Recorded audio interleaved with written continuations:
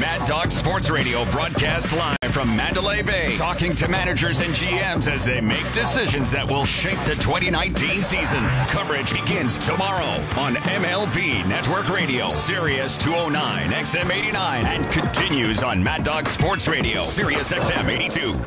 This holiday season, treat everybody to rich, decadent brownies from Vermont Brownie Company. Hi, I'm Shauna Litsky, founder of Vermont Brownie Company. When I started 10 years ago, I had one goal in mind, to make the best brownies around using the freshest ingredients. Today, we have lots of delicious flavors, including maple toffee crunch, peanut butter, and our award-winning dark chocolate chef brownie that beat world-renowned chef Bobby Flay. All of our brownies are baked in Vermont using local farm-fresh ingredients and rich Belgian chocolate, and every Vermont brownie gift is shipped free in fun holiday packaging. We also have great options for corporate gifts. Christmas delivery is guaranteed, but order soon because time is running out, and it's easy. Go to VermontBrownie.com. That's VermontBrownie.com. Don't wait. This holiday season, show everyone on your gift list just how special they are with a freshly baked, delicious gift from Vermont Brownie Company. Indeed knows finding the right hire takes time away from your business. Hiring a qualified data engineer felt like a second job. More job seekers use Indeed than any other site, so there's no better place to find someone with the skills you're looking for. I needed someone with a master's in computer science and database experience. Plus, Indeed screener questions help you find your shortlist fast. Now I'm back to having just one job. See why more than 3 million companies worldwide use Indeed to hire. Post your job at Indeed.com/hire. Indeed, the world's #1 job site. Source.com/score total visits. There's nothing like being present together. Show her how you feel with Redbow deals at JCPenney. Dazzling jewelry gifts that come all wrapped up and ready to give. Hurry in now for up to 80% off Redbow deals and fine jewelry. Plus, enjoy amazing deals like half-carat total weight diamond bracelets for only $97.49 when you take 25% off with your JCPenney credit card and coupon. JCPenney. Style and value for all. Offers valid 12/5 to 12/8. Credit offer subject to credit approval. Exclusions apply. See store or jcp.com for details. The NBA G League was built to break new ground and shatter expectations, break molds of how this game is played and the journey of those who play it. It's 27 teams made up of those competing to be what's next. So be the first to know their names, their game, their next step. The future of basketball isn't tomorrow, it's right here. Visit NBAGleague.com for schedules. This is former NBA General Manager David Griffin. Join Joel Myers and myself Saturdays at 1 p.m. Eastern for Deals and Dunks on NBA Radio. Sirius 207 XM 86.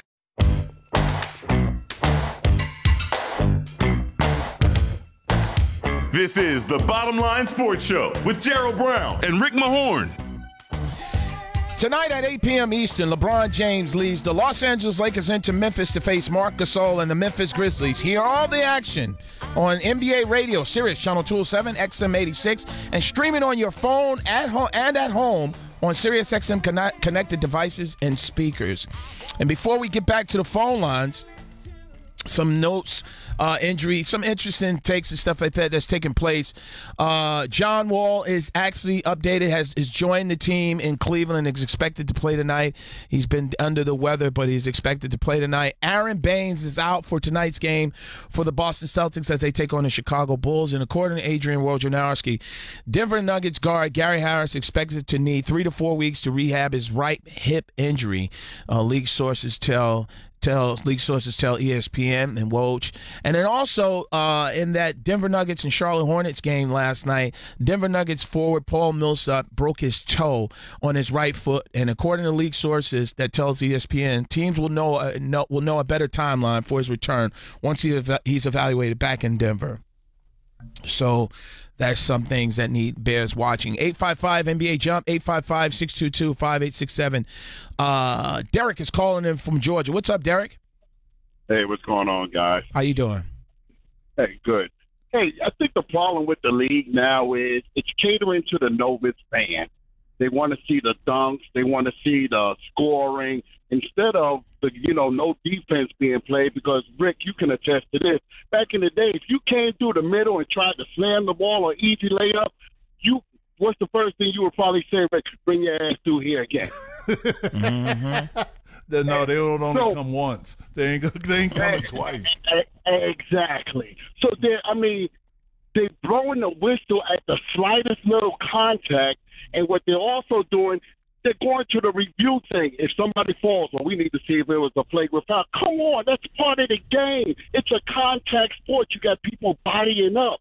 So what I'm saying is they're going for the novice fan that doesn't really know the game, but you were still selling out when there was defense being played.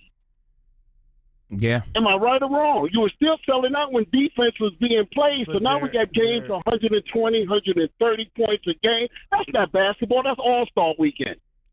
Yeah. Derek, well, you know what it is, trying to get fannies in the seats, man. It's about let's see the threes. I mean, when I was coaching with the Atlanta Hawks back in the day, it was like, okay, as soon as we got some guys in, we drafted a guy like DeMar Johnson, and it was like, okay, next thing you know, ESPN started to come around like, you want to be, it's about highlights. And I mean, hey, some of it's fun. But you were getting highlights when Dominic Wilkins was doing it. Michael Jordan was doing it. When your bad boys, you were still getting highlights. Listen, Derek, I understand. But now you got this social media. You can go on Bleacher Report and you can see 5 spectacular dunks from last night, 5 spectacular plays. It's marketing, and I mean, NBA does a great job with it.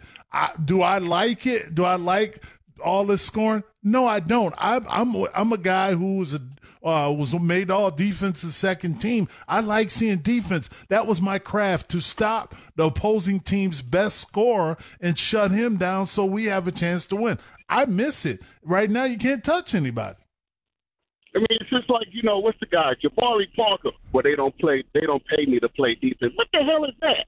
Hey, I heard that from Jeff Malone. I don't get paid to play defense. So, listen, I mean, this was back when I was with the Bullets. So, I was like, man, you need to step up and play defense, man. They ain't draft me to play defense. I don't get paid to play defense. Well, then we ain't going to win nothing. But that's just some guy's mentality when you find that they can be on a team and say, well, I ain't got to play defense. Nah, you want to stay here. It just depends on your principles and your foundation of what players you have assembled.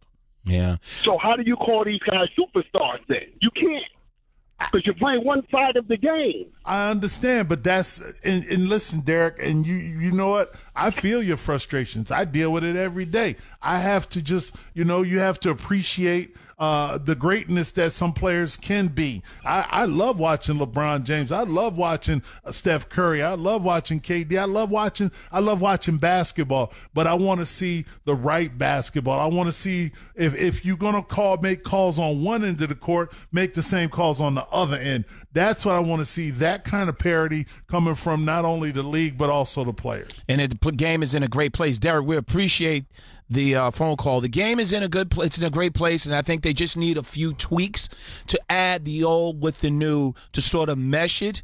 But I will ask you this, Rick. There was an interesting article on ESPN.com this week, and they were talking about just really, I think they were just touching on a lot of the things in regards to the Golden State Warriors, Carmelo. But one thing that really stood out to me is the fact that this evolution of the Golden State Warriors and their style of play, and you look at the three-point shot, and I think that there's always been this type of open court style of play going back to Paul West, that the originator of the fast break or the LA, the Showtime LA Laker basketball. Please go further than that. Go to the ABA. Yeah, exactly. Go to the ABA. But I just feel that it seems apparent, and I wanted to ask you this. Do you think that the three-point shot, the way it's being used in today's game, has essentially taken out the big man's role in this sort of the traditional offense? And what I mean by that is, like I told you before, Brook Lopez is now a three-point shooter. Speed is complaining about, hey, this is not my game. Their offense is that I'm starting up here. I can play with my back to the basket. Do you think that the evolution of the three-point shot and how much it's utilized in today's game, that it's caused teams to eliminate the traditional center? And it does. It causes teams to make you match up against the teams that already have that weaponry. So if you want to make sure that you got a stretch, as they say, stretch 4, stretch 5, which I always thought it was just a guy that could shoot the three. Bill Laimbeer can shoot the three with the best of them. And now you got, all of a sudden they make it into something that It was already been there, okay? So you get a stretch. Oh, we need a stretch 5. No. Does it eliminate the big man? Because if I was, and correct me if I'm wrong, Valanciunas, the Philadelphia 76ers played the Toronto Raptors. It's a way you can adapt and be able to change your game as a team. Are you eliminating the big guy? No, not necessarily, because you don't utilize it to the point that if they double team you on that box, which Pistons do a great job with Blake Griffin, putting them on that mid post, you're going to have to double team him. If you don't double team him, then you have to surround him with guys that can make shots. That's where you find where the big man is not as utilized as it is before. Does Brook Lopez is a guy that stretches the court? He stretches the court because he makes some threes. Also, they even got Marc Gasol shooting threes. I mean, is this something that you want to have if you're Joel Embiid? You know, it just depends on how you have to tweak it. How do you go about attacking it offensively and also on the defensive end? Yeah, and I think that has been such a big concern, because you would think that if you had a decent low post player, you would think that is the way you come back, sort of counteract what the Golden State Warriors do so effectively. Punish them in the paint. Punish them. It should be no reason whatsoever that you would have a guy, Iguodala, guarding a big and stuff. You punish them. And I think that when teams have had success in terms of shooting the 3-point shot, or also what Milwaukee did the first time they met, he was able to utilize, again, they had the guys down in the post and just really punishing them. However, at the same time, you get in a situation where you try to match them with that 3-point shot, and it doesn't work well. It doesn't work well. It doesn't bode well. But it's like I said it earlier, the analytic side of business creeped into the NBA, where it's effective in certain places but not effective on every team. So if you're making 2 and we're on the other end making 3, then we're going to have the advantage analytically if you're making the 3. But if you're making the 2 and then you keep, pounding them in with 2, but we're making 3, then you feel like, okay, am I competing? I'm not competing. I mean, this is something that you have to really understand on the defensive end and also on the offensive end. So it's a fine line that you looking at and saying, okay, I could be a 3-point shooting team. I mean, yeah, 3-pointers is weaponry now. It wasn't utilized back when I played like it is now, but that's just, when the analytics start to creep in. Yeah, 855 NBA Jump, 855-622-5867. Dave is calling from Riverside. What's up, brother?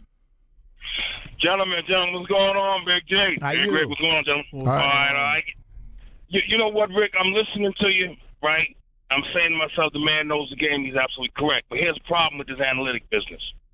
You got 3 dudes on one team that are the best, or 3 of the best that has ever done it. You're not going to find the best that has ever done it on every draft, on every team, out the D-League and all the rest of it. Problem is, and I have been saying this from the beginning, the problem is everyone's chasing what they can't catch. Why? You followed some dude who couldn't play the game, but he found a way to instill himself in the game with a bunch of analytic foolishness. The last thing I'm going to do, man, is go to the lab where they're doing scientific experiments and getting that guy to come out and play basketball with me or put a team together. Let me find somebody who has done this before, understands what he's seeing, how he'll put it together, and then go match up against Golden State. Because everyone that tried to catch him failed. The only team that didn't was the one that didn't try to catch him. And that was LeBron James and that mob. And I'm also going to say this with the defense and all the rest of it. When Gary Payton played D, did he hand check you? Did he grab you? Or did he bend down in front of you? Because I'm watching dudes, man, they're doing dribbling exhibitions. They're looking like Curly Neal all over the place. And I watch the defender chasing the guy around. When I was taught as a kid, I don't care what a man does, he cannot go anywhere without his waist. But if you're chasing him around, stepping forward, stepping back, doing what he's doing, he's leading you in the dance. And that's how these dudes get to a point where they look stupid. look foolish and look dumb trying to play defense, because if you look at them, their head is up. They're standing erect.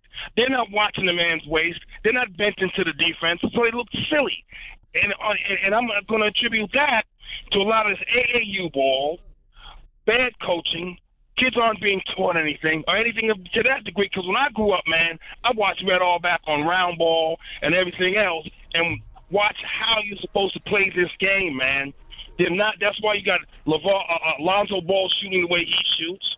That's why you had Joakim Noah couldn't shoot. And a bunch of other dudes who had awful, terrible, and despicable and disgraceful form because they're not being taught the game. I don't want to hear about how nowadays big-time scoring, all the rest of it, because they ain't playing D. They're not playing D because they're not taught how to play D. That's why you're getting what you're getting. And it started from the back of the day of being lazy. Dudes don't want to play D. It's not that they can't. They don't want to. This is not a contact sport. It's a non-contact sport. And that's what basketball is, always has been, and always will be. I'm just saying, thank you for taking the call, gentlemen. God bless you and yours, man. Drop the mic. Coming up, we'll get back to the phone lines, as well as give you a preview of tonight's NBA action. It's the Bottom Line Sports Show at 1 o'clock here on Sirius XM NBA Radio, Sirius Channel 207, XM86, and on your Sirius XM app.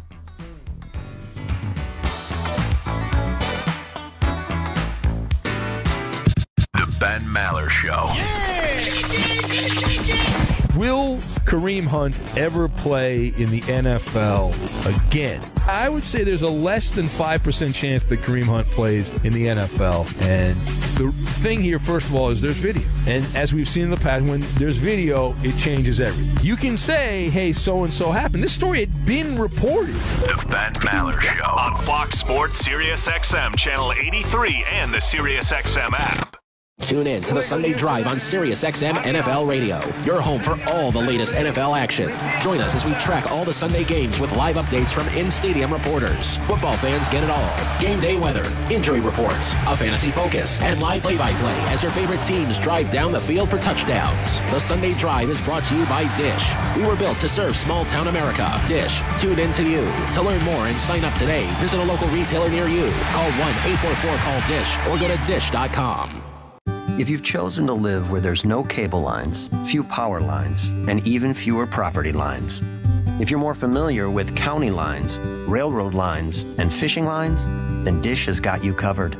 Dish was built to serve small-town America, and we still hold our hometown values dear. It's why we'll always do our best in serving every viewer with the latest technology and first-rate service from the retailer that lives in and supports your community. Dish, tuned in to you. Magic, Boots, 20-footer outside left, nothing but the bottom of the net. He pumps his fist coming the other way. This is Nikola Vucevic, and you're listening to SiriusXM NBA Radio. Alexa, play NBA Radio on SiriusXM. NBA Radio on SiriusXM. What Steph Curry does is erase a lot of mistakes. There are lots of ways to hear SiriusXM at home, including on devices with Amazon Alexa. Learn more at SiriusXM.com/Alexa. Here's what's happening on Sirius XM Sports. A big day in college football, starting with the 119th Army-Navy game at 3 Eastern time. ESPNU Radio has the play-by-play on Sirius XM 84. Then at 8 Eastern, the Heisman Trophy presentation, also on ESPNU Radio. Your 24/7 home for college sports, Sirius XM Channel 84, and on the Sirius XM app. Sirius XM Sports. Wherever you are, your team plays here. Hey.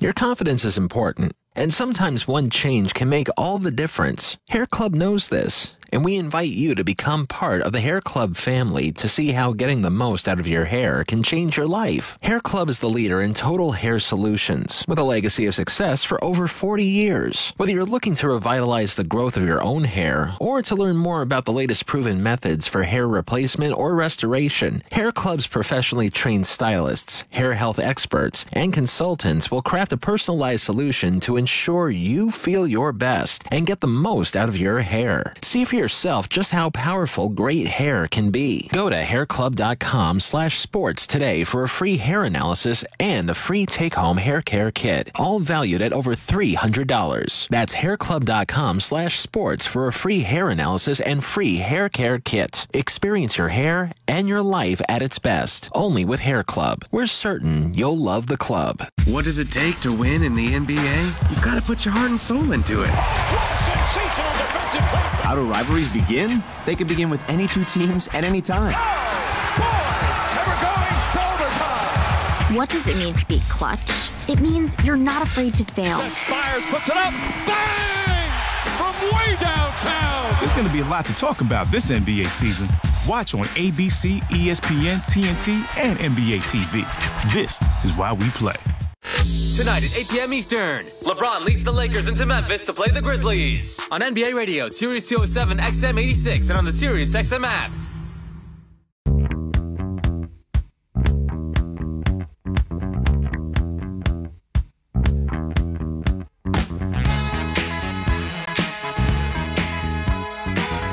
This is the Bottom Line Sports Show with Gerald Brown and Rick Mahorn. Back here, the Bottom Line Sports Show. Baby. Real quickly, the games of interest tonight. You have Houston at Dallas at 6 p.m. Keep that going. Yeah, got that outfit in my closet. Sacramento at Indiana. You have Denver minus Paul Millsap and Gary Harris taking on the Atlanta Hawks. Washington will have John Wall in that lineup. They take on the Cleveland Cavaliers in Cleveland. Brooklyn Nets at the New York Knicks. The battle of the metropolitan area. Ride. Yes. Boston is taking on Chicago in Chicago. And then you have the Los Angeles Lakers in Memphis. That should be a very entertaining game as the Grizzlies and Lakers do battle. Minnesota Timberwolves are at the Portland Trail Blazers. Also a game that's worth watching, as well as the Miami Heat taking on the Los Angeles Clippers to wrap up all of the NBA action for Saturday night. 30 seconds or less. Let's go to the phone lines. We have Rick in Brooklyn. 30 seconds or less. Go, Rick. Hey, man, I want to talk about Wilt Chamberlain, but I just noticed that your boy Derek Fisher is still wearing them tight suits, man. Yes, man, that onesie suit, right? He got Velcro in the back and just jumped right into it. Yeah, but it's amazing how the all-white media and the all-white owners, they exclude Wilt Chamberlain from everything. He's the greatest scorer in basketball history, and not one award is named after him. They wanted to spite him. He used to block 15 to 20 shots a game, and if you notice, the year that Wilt Chamberlain retired, the next year they started counting blocks. Stop for a second. Rick, where have you been? I just caught on. This is Rick, the real Rick. Oh, my God. Great to hear from you, brother. Oh, my. Brooklyn's finest. I'm listening. But look, your boy Howie. I didn't hear your boy Howie, so I thought y'all left town or something. No, I'm here, man. I got Rick Mahorn with me. Bad boy. I got Rick Mahorn with me. That's old news. This new news. I hear you. No, I like it. That's why I called in. Yes, man. I'm great to hear from you, man. Listen, man. It's great to hear from you. I'm glad to see some brothers, some black faces talking about black faces. All right. All week long. And I don't want y'all to comment because I don't want y'all to get in trouble. But I'm gonna talk how I like. All week long we hear about white faces criticizing Melo for moving, KD for moving, and LeBron James for moving. But the white dude in Boston that went to Boston from Utah, I will give you $100 if you could tell me one media member who criticized him from leaving from Utah to go to Boston so he could win a championship. But anytime you get a black face, how dare he leave and go and try and win a championship? But when a white player does it, it's mysteriously quiet. Yeah, but Rick, I will say this, though, in all fairness and honesty, I did criticize KD, and I think a lot of people criticize. You were up 3-1 against the Golden State Warriors, and then if you can't beat them, you join them. That wasn't a good move, man. That wasn't a good move. Rick, we got to move, brother. Always appreciate you. Look, we back, man. Come back on, call back on in. Love you, brother. All right, bro. All right. Right. Got righteous for a minute. 30 seconds or less. Oh, we got less than 30 seconds. Overtime. Flex is calling New Jersey. Go, Flex. Gentlemen, good afternoon. Much respect. All right. Got to sidetrack just a little bit. That gentleman that just called in, I'm as black as they come. I can't tell you how black I am. I mean, through and through. But it drives me crazy when brothers call in here and start on that black and white nonsense. They playing basketball, bro. This is not the Black Lives Matter movement, man. They playing basketball. People get critiqued. Stop taking this personal. I listen to this a lot of times, and dudes really go off on these tangents, and they making us look bad. Relax. This is basketball. Stop taking it personal. But I'll move on. Quickly. You got to go quick, man. Quick. Yeah. So as it relates to the scoring, like Rick said earlier, the game is more marketing than competition these days. It's marketed because you bring more fans. When you do highlights and stats, it's easier to have a conversation for people who don't really understand the game, and that's how the NBA is marketing it, because they want people to listen to the content, listen and watch the content, as opposed to fundamentalists and purists who really love the game, who get into the nooks and the crannies, who understand people who ain't got footwork and people who don't know how don't have the fundamentals to shoot jump shots, don't know how to dribble properly. The average fan don't care about that. They're more worried about what they can see on social media and what they can see on Bleacher Report. Yeah, appreciate the call, Flex. Rick, you got another do-over again coming up on Monday for the Philadelphia 76ers. They should be able to hopefully redeem themselves and stuff and get a win. But should be a good battle and possibly a preview of something to come in the playoffs for both teams. For both teams. And I tell you right now, Joel Embiid didn't play last night. But you know what? He's going to be playing. And Philadelphia doesn't have a game until then.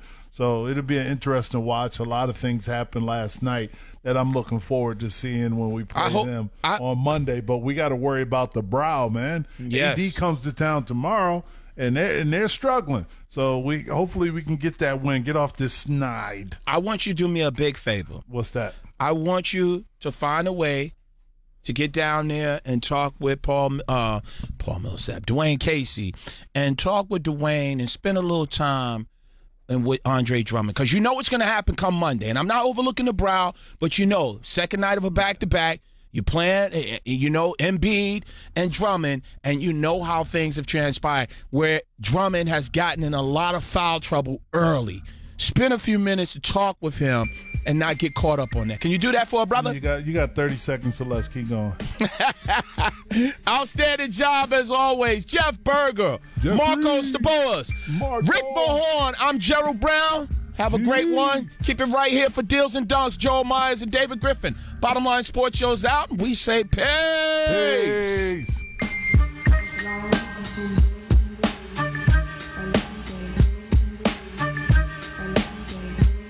The biggest names in the NBA are on NBA Today. Joining us now from the Raptors is Danny Green. What's the difference between the Kawhi that you knew in San Antonio and the Kawhi you're getting in Toronto? He's more of a leader vocally this year, talking more of giving his theories and opinions on certain things of what we should do, what we could do to be better. And he's helping these younger guys, and he's playing basketball. He's being himself. Hear more great guests on NBA Today. Weekdays starting at 4 p.m. Eastern on SiriusXM NBA Radio. Sirius 207, XM 86. Guys, this year for Christmas, give her the next best thing to wearing nothing at all with soft, silky Nudie sleepwear available exclusively at Pajamagram.com. Sensuous and smooth, Nudie's pajamas feel just like her own bare skin. More alluring than lingerie, the texture and touch of Nudie's pajamas is so seductive that you'll both stay occupied well into the evening. She'll love the feeling of wearing next to nothing at all, and you'll love the way they look. Best of all, you don't have to wrap because every Pajamagram includes free gift packaging,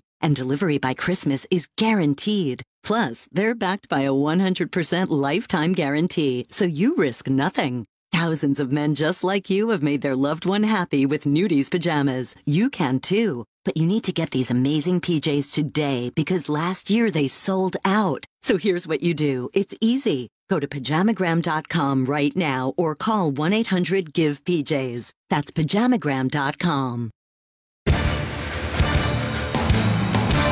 This is the SiriusXM Sports Update. In Philadelphia, Army leading Navy 10-7. There's 7 minutes to go in the fourth, but the midshipmen just got in the end zone for the first time thanks to a 1-yard touchdown run by Garrett Lewis. You can hear the finish over on ESPNU Radio, Channel 84. That's also where you can catch the Heisman Trophy announcement in just a few hours. Ohio State quarterback Dwayne Haskins among the 3 finalists in New York. With head coach Urban Meyer calling it quits after the season, Haskins happy with the way his team's reacted, telling ESPNU Radio. Our teammates, my players, did a great job responding to that. A lot of people sat down with Coach Day and Coach Meyer, and Coach Meyer voiced that the program's not going to change. A lot of people are still going to be there that have been there before, and Coach Mick's not going to leave, so that's great. And Coach Day is an extension of Coach Meyer, and I feel like he's going to do a great job. Coverage beginning at 8 Eastern over on Channel 84. Meantime, West Virginia quarterback Will Grier skipping the Camping World Bowl against Syracuse to focus on the NFL draft. College hoops, minute and a half to go. Number 17 Buffalo handling St. Bonaventure 77-60. 19-17 Duke over Yale 8 minutes in. These games just went final. Number 23 Maryland got by Loyola Chicago 55-41. And 22nd ranked Mississippi State handled Clemson 82-71 in Newark. Villanova over St. Joseph 70-58. Seton Hall upsets number 9 Kentucky 84-83. Michigan 10-0. Wolverines take down South Carolina 89-78. NFL Giants wideout Odell Beckham Jr. has been ruled out for their game against the Redskins tomorrow with a quad injury. On the ice, Golden Knights leading 3-1 after 2 in LA, leading the Kings. Catch the rest of that one on NHL Network Radio. That's Channel 91 as our quadruple header continues. This is Alex Perlman. If it's happening in sports, it's happening on SiriusXM.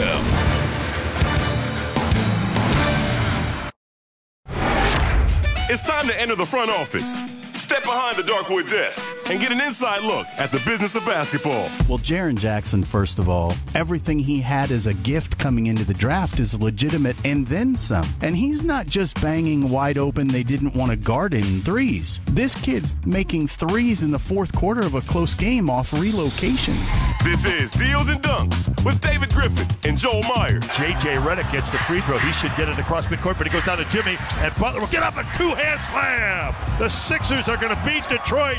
Jimmy Butler with 36 points. To reach the show, dial 855-NBA-JUMP or send us your thoughts on Twitter at SiriusXMNBA. Now, here's former NBA General Manager David Griffin and the voice of the New Orleans Pelicans, Joel Myers. Good afternoon, everybody, and welcome. Well, we started the weekend. Some serious upsets last night. Big-time upsets. Saw an 8-game losing streak come to an end. Also saw a 7-game winning streak snapped, and we had really good finishes, dynamite finishes. In Charlotte, Detroit, Brooklyn, Chicago was hoping for a good finish in Milwaukee, last game of the night, but that was flat as a pancake. We're also going to get into a move yesterday, a 3-team deal that should be of some help to a top 4 team in the Eastern Conference. So plenty of things to go over. Next 2 hours, he's here to carry me once again. And we'll also get to your phone calls. That's at 855-NBA-JUMP, 855-622-5867. From the ATL, David Griffin, how you doing? Fantastic. Doing really, really well. I'm not doing quite as well as Kobe Altman and his staff. Not doing quite as well as the Memphis Grizzlies, but I can't complain. Memphis Grizzlies, winners last night, and 6 games over 500. Here's some interesting stuff for Memphis fans. They won 6 games on the road last year. They're now 7-6 already this season. They didn't win, and they didn't win their 15th game last year until January 15th. They got it last night on the 7th of December. J.B. Bickerstaff's doing a really good job. Now, I want to get into the trade. We want to start with the trade. We want to go behind that dark wood desk, as the gentleman said when he was introducing you. And you only accept offices with dark wood desks. Is that appropriate? I'll tell you what, the studio I'm in today is spectacular. Is it really? No dark wood at all. Very high-end, very, very cutting edge. WSB-FM. Taking good care of me here today. They didn't have any clue on what you were going to do in there. Otherwise. Yeah, well, no, they wouldn't have been so accommodating if they understood I wasn't actually going to move out. Ooh, he's a squatter. Homesteader. The deal. And I want to get into you brought up Kobe Altman for down-the-road purposes. Obviously very good for Cleveland. They're taking on some salary because they can afford some salary to accept right now. Milwaukee, though, in the big picture, they get George Hill. So we'll break down the deal. I want you to start it off, though.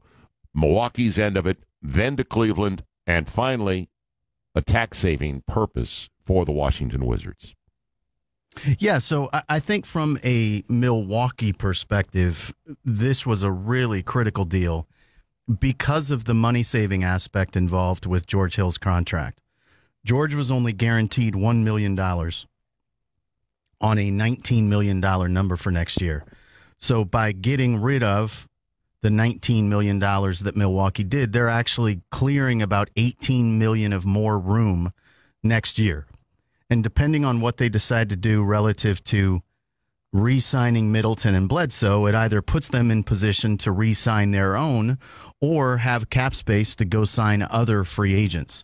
So it allows them in this window that they have to be an elite team to continue to augment their group. So it was a really, really critical move by John Horst and his staff. It was something they absolutely had to do because that's not a team that's going to go deep into the luxury tax if they can help it. Now, they might when it comes time to get over the top to win a championship.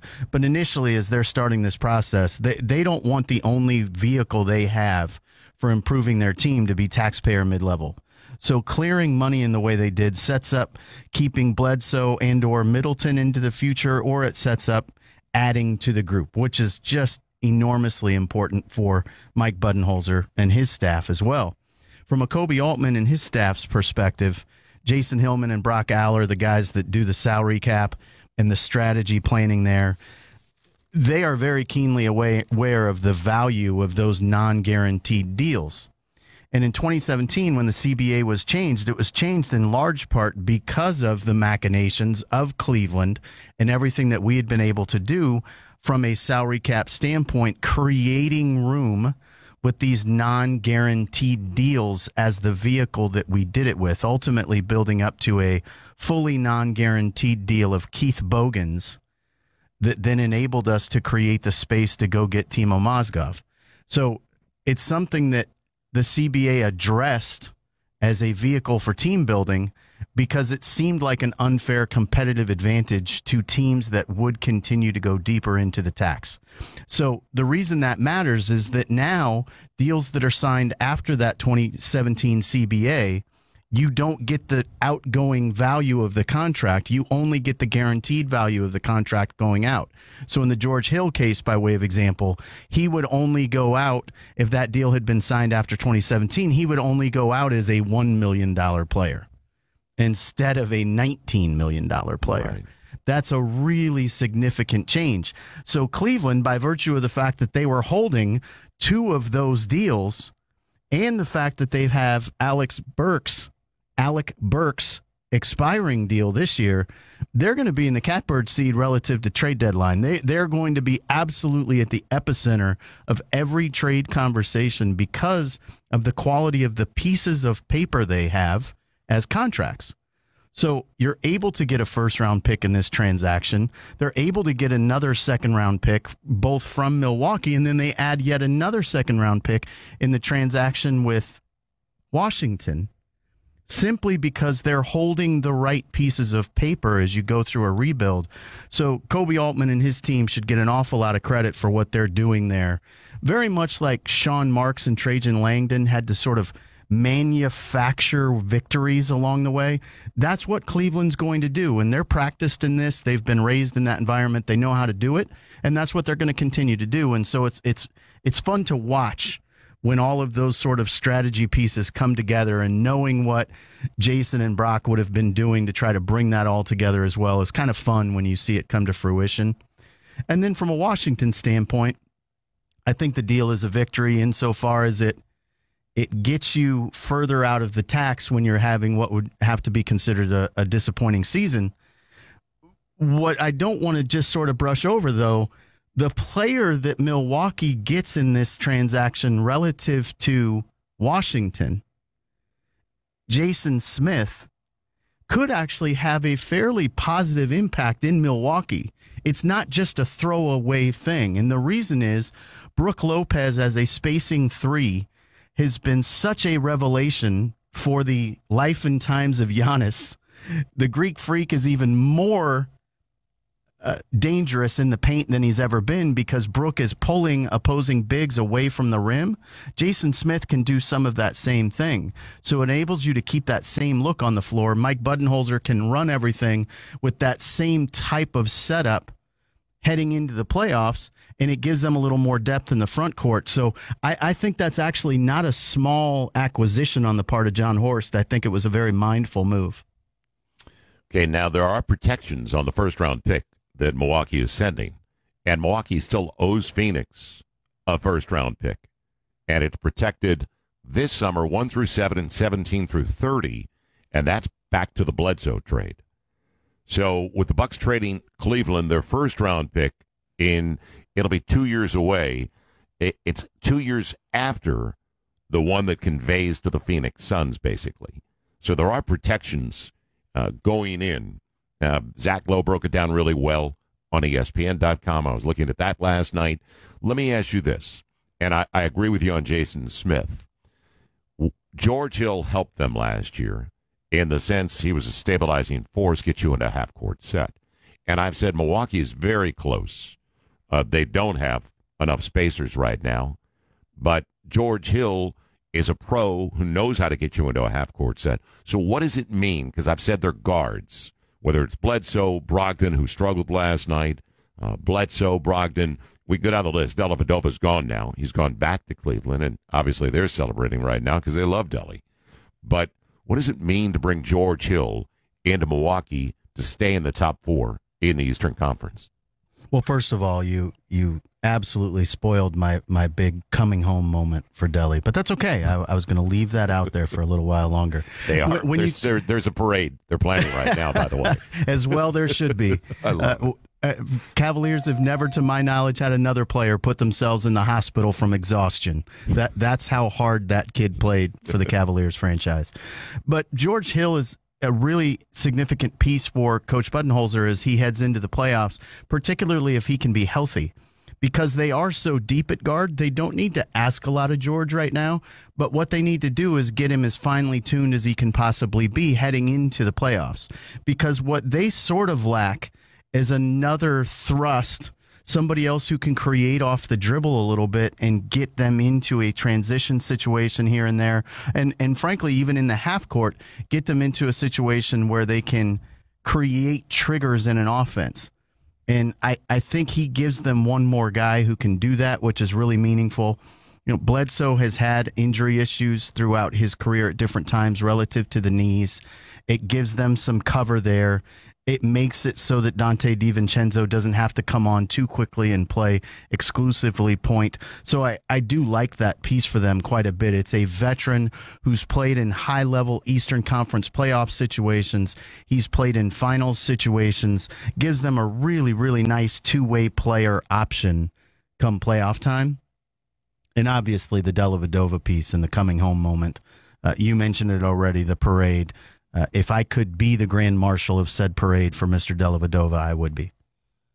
I'd like to just see you as the drum major in front of the band myself. I think that would be classic. I look good in the hat.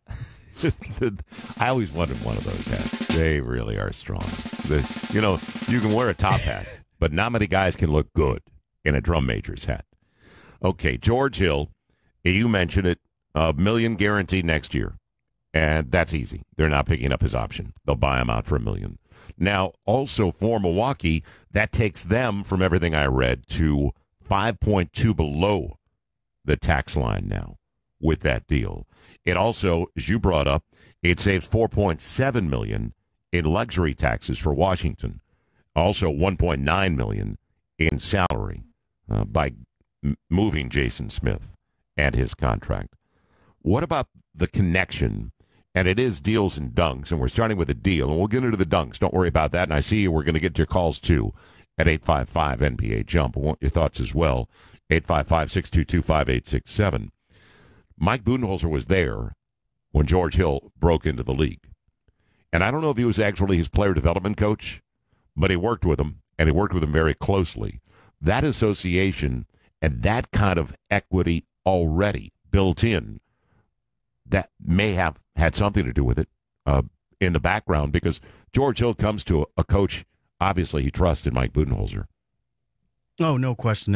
And those kinds of connections are always really critical. Again, the more important winning is to your franchise, the further and further you get in terms of expectations, the more important that trust level becomes for a coach, and in particular, a coach and his point guards. And for them to have that experience together, for them to have championship experience together is really meaningful. Because, again, in the biggest moments of the biggest games, you need to count on someone at George's position more so than most, because they're really the one that have to get things executed. So that history that they have together and that shared understanding of what culture should look like should put the Bucks pretty far ahead of the curve in terms of building and sharpening the sword as they head into the playoffs. Are you surprised? And I'm told, I made a couple of calls back east to friends in the Eastern Conference. They said the Cavs aren't done. Right now, the Cavs have only 8 players left from last season's team that went to the finals. Are you a little bit surprised by that? No, not really. I think when you look at it, everything was designed for the team to be able to pivot rather quickly if LeBron did decide to leave. And it makes a lot of sense, given the Kevin Love injury early on, that they've gone the way of a rebuild. I think what they did when they re-signed Kevin was they ensured and bought optionality. And they wanted to have the ability to be able to be as good as they could be now, raise Colin Sexton in an environment where winning was the expectation, and still have the ability with a good piece of paper on Kevin Love that if things didn't go terribly well, to be able to broker in that contract as well. And so they're in that position. And if Kevin is able to come back healthy before the deadline, I know he would like to not be dealt, but he's certainly going to be coveted by teams that are trying to win. Because if you look at the impact of spacing bigs, particularly one in his case who can be an elite defensive rebounder and passer, to be an elite defensive rebounder and outlet passer who also can make more than 40% of your threes, you're a very rare special commodity. So if he can be healthy as the deadline approaches, he will be in demand. But again, they have the non-guaranteed J.R. Smith contract. They have the Alec Burks contract that Kobe was able to acquire from Utah. So again, not only are they not done, they're in a very leveraged position and poised to make some very good moves moving forward. We're going to get to your calls. Promise you that. We'll come back. I've got a couple of other things, deals and dunks with David Griffin. So we've gone into the trade. Now, who else is going to be active? Because there are some serious disappointments right now. And then you've got some guys that are not exactly happy campers. See Eric Gordon. We'll get into Houston. Want to hear about Phoenix a little bit, and we've got a couple of callers, believe it or not, that want to talk about the Suns, so we'll get into that as well.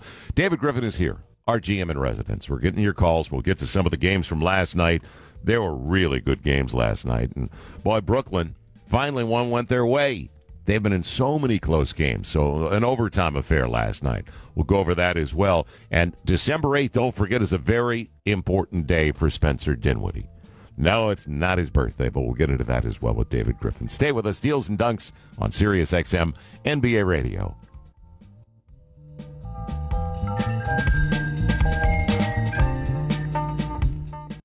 Dreams become reality in the 2018 MLS Cup Final. Atlanta United is the league's top-scoring team. Joseph Martinez! Shot! Score! Surprising Portland is after its second title in 4 years. What an incredible volley by Diego Valeri! On the biggest stage, in front of the biggest crowd. The MLS Cup Final, Atlanta, Portland, tonight at 7 Eastern on Sirius XM FC 157 and streaming on connected devices and speakers.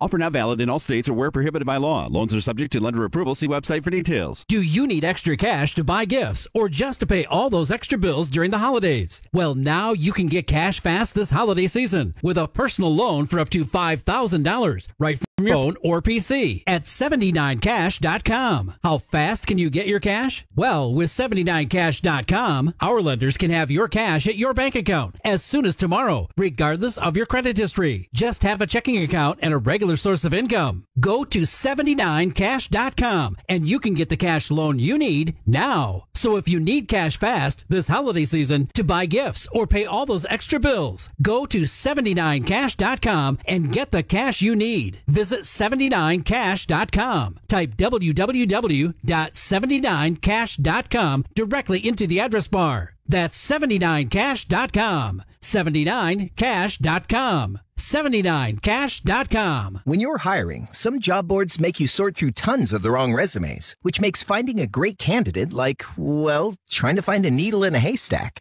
That's not smart. Then there's the smart way at ZipRecruiter.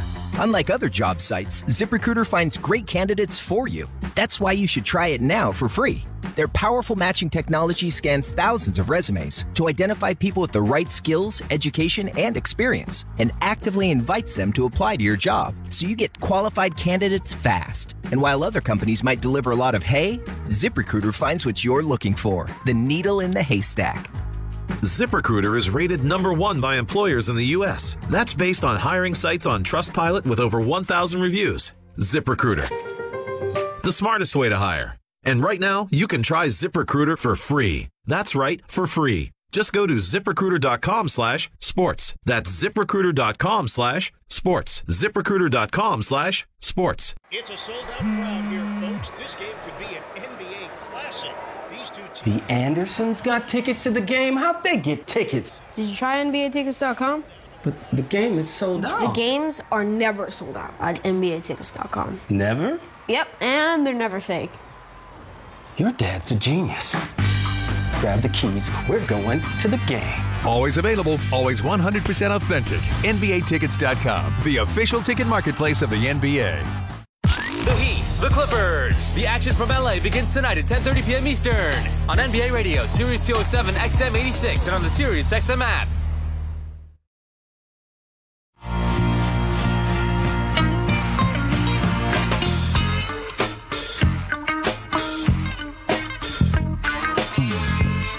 We're breaking down all the latest rumors and transactions from across the association. This is Deals and Dunks with David Griffin and Joel Myers. We've got some time. We're going to get to your calls, and we'll do that in just a moment. But I bring it up now because in the next hour, a couple of really good guests. Dr. David Chow, an orthopedic surgeon, an NFL team head doctor for a long time, 17 years in the NFL, is going to explain to us how Markelle Fultz is going to solve his issues. Right? We're going to get to the bottom of it with an orthopedic surgeon. I've got syndromes myself, but I don't go to an orthopedic surgeon for it. Steve Clifford at 2:30 Eastern with one of the great stories so far this season of the NBA is also going to be with us. So Cliff, a guy that can absolutely coach. Really good hire by Jeff Weltman, John Hammond. That's going to be at 2:30.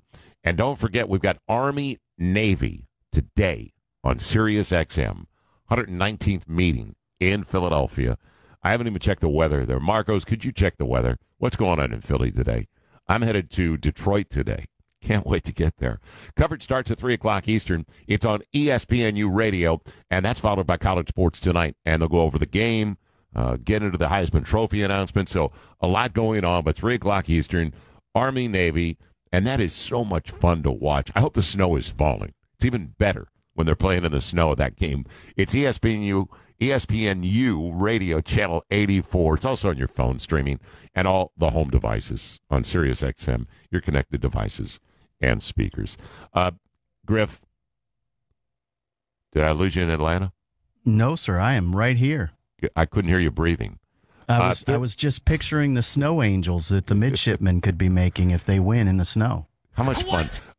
I want it to be played at Franklin Field, though. I know they'll play it at the Link, but please, can we go back to Franklin Field in Philadelphia? Cloudy skies. Marcos gives me 38 degrees. No snow. Man. All right, let's do this. Let's go to Philadelphia right now. Mike's waiting patiently for you, Griff. Mike, welcome. Go right ahead with David. Mike? Put Mike on hold. He must be at the Knicks in Reading Terminal Market right now waiting for that pork sandwich with the broccoli rabe and the sharp provolone. The Knicks are so bad. Oh, there's Mike. Hi, Mike. Did we lose Mike? All right. The Knicks, they're not bad. They're awful. Could we go back to the pork sandwich with the broccoli rabe? That sounds fantastic. It's best of Philly every year. It's in Reading Terminal Market. You walk over, don't you? I have been, yes, indeed. It is great. That is such a great food bazaar. Love that. Let's get to a couple of things that I wanted to go over, and then we'll get back to your calls, 855-NBA-JUMP. First of all, bad news for Denver, and also kind of bad news for Houston. And Griff, I saw this, and, Houston's had their issues, and they've had their issues at the defensive end of the floor. There's no question about that. But then after a recent loss, this is Kelly Iko from The Athletic. A quote that Kelly got from Eric Gordon. This is Eric Gordon after the loss a couple of nights ago.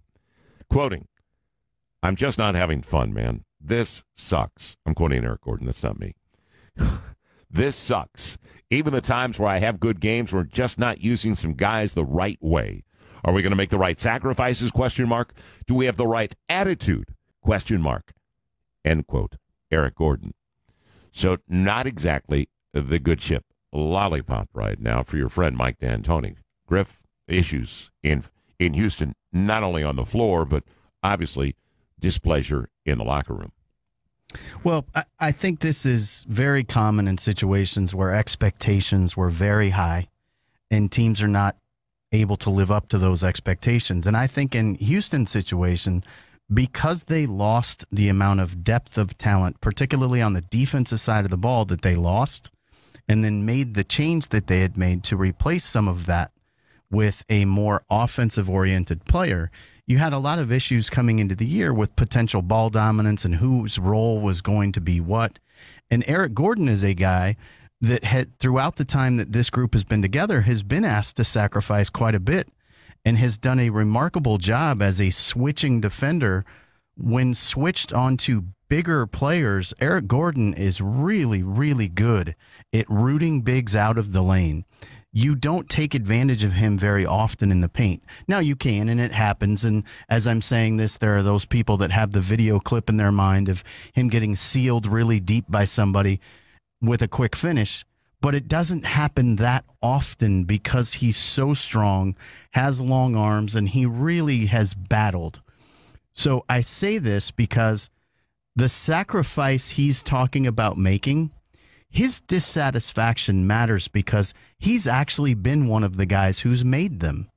He's been willing to make sacrifices there himself to let this work. He's struggled to stay healthy, but he's been in a situation where he's been asked to do something somewhat unusual for someone with his body type and to give up touches when he can be a really ball-dominant scoring option. He's given up a great deal of ball dominance with Paul and Harden, obviously, and of course he should. They're even more efficient than he is with the ball, but he has made this adjustment. So in a locker room, when someone who has been doing the right things for you, someone that the coaching staff looks to as sort of an example of a guy who has been willing to pay the price to win, that becomes really meaningful when you hear dissatisfaction come from that person. And again, not surprising. It happens when you're not meeting expectations. But what I think is alarming and would make me uncomfortable as Daryl Morey is that it's being vocalized outside the locker room. It's now been taken public, as it were, and that is a really bad sign from a veteran team. There's more to it. He talks about last year as well. He says, last year, this is a quote from Eric Gordon, last year was the best year I've ever had being a part of a team. We just never had a bad moment. If we ever had a bad game as a team, you knew the next game we would blow somebody out. It didn't matter who it was. End quote. Well, last year was the perfect storm. It was amazing. Now the Houston Rockets going into Dallas tonight. Griff, they're 11-13.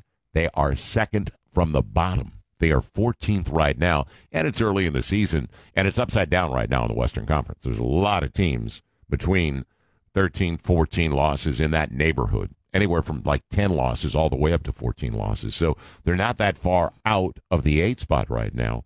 But at the same time, they have issues, and I don't know do they have movable parts. Is there latitude for Daryl Morey to make some changes? They just did. They gave Gary Clark a 3-year deal. Right after the deal, he played 10 minutes. So is there any latitude as a GM when you hear this? And then as a GM, do you want to sit down with Eric Gordon and say, listen, voice your complaints to me. Let's talk inside. How do you approach a player like that?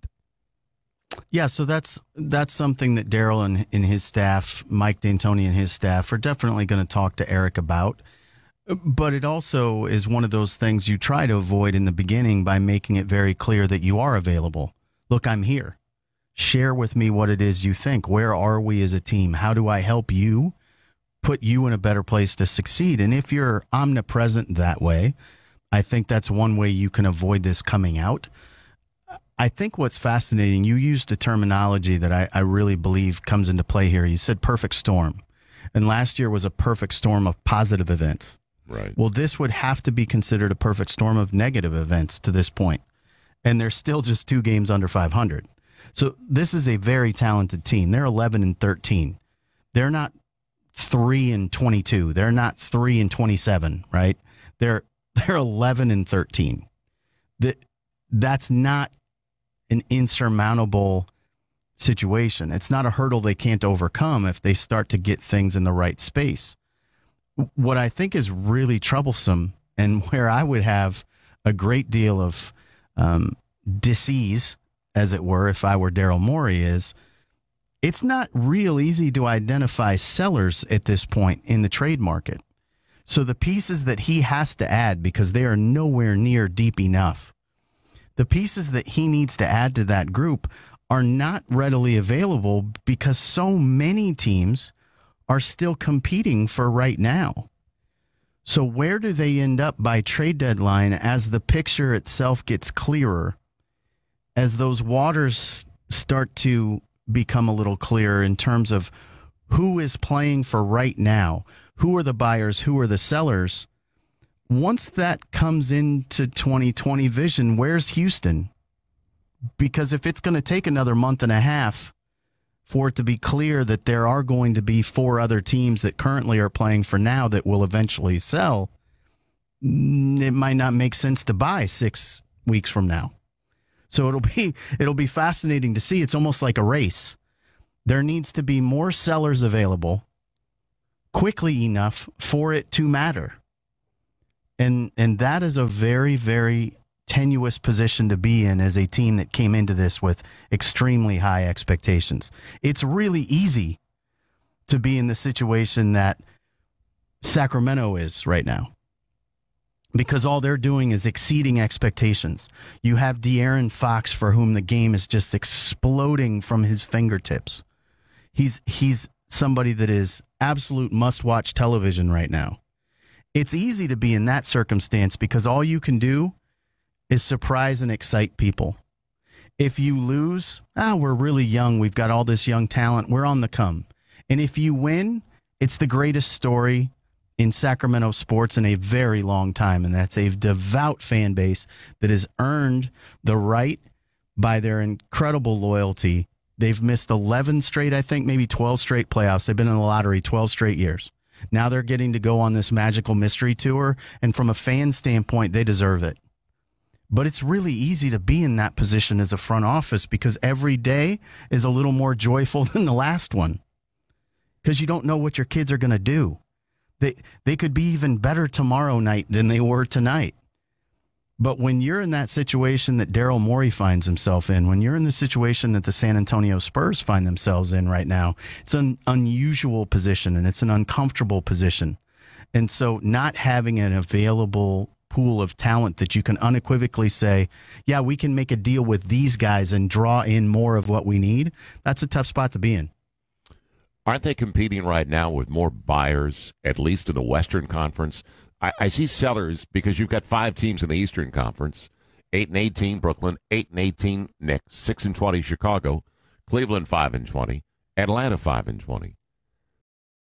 They're potential sellers looking for down-the-road purposes, advantages in the future. Whereas over in the Western Conference, and I brought it up, here are the Lakers. They're the 6th seed. at 15-10. So then you have Portland at 14-11. Sac, and you brought it up. It's a great story, and it's an exciting time for them. They've got a lot of good young talent. Bagley's growing by the rep. 13-11 Sacramento. Dallas 12-11 has already exceeded expectations, and they potentially could have the Rookie of the Year. Minnesota is a different team. 13-12.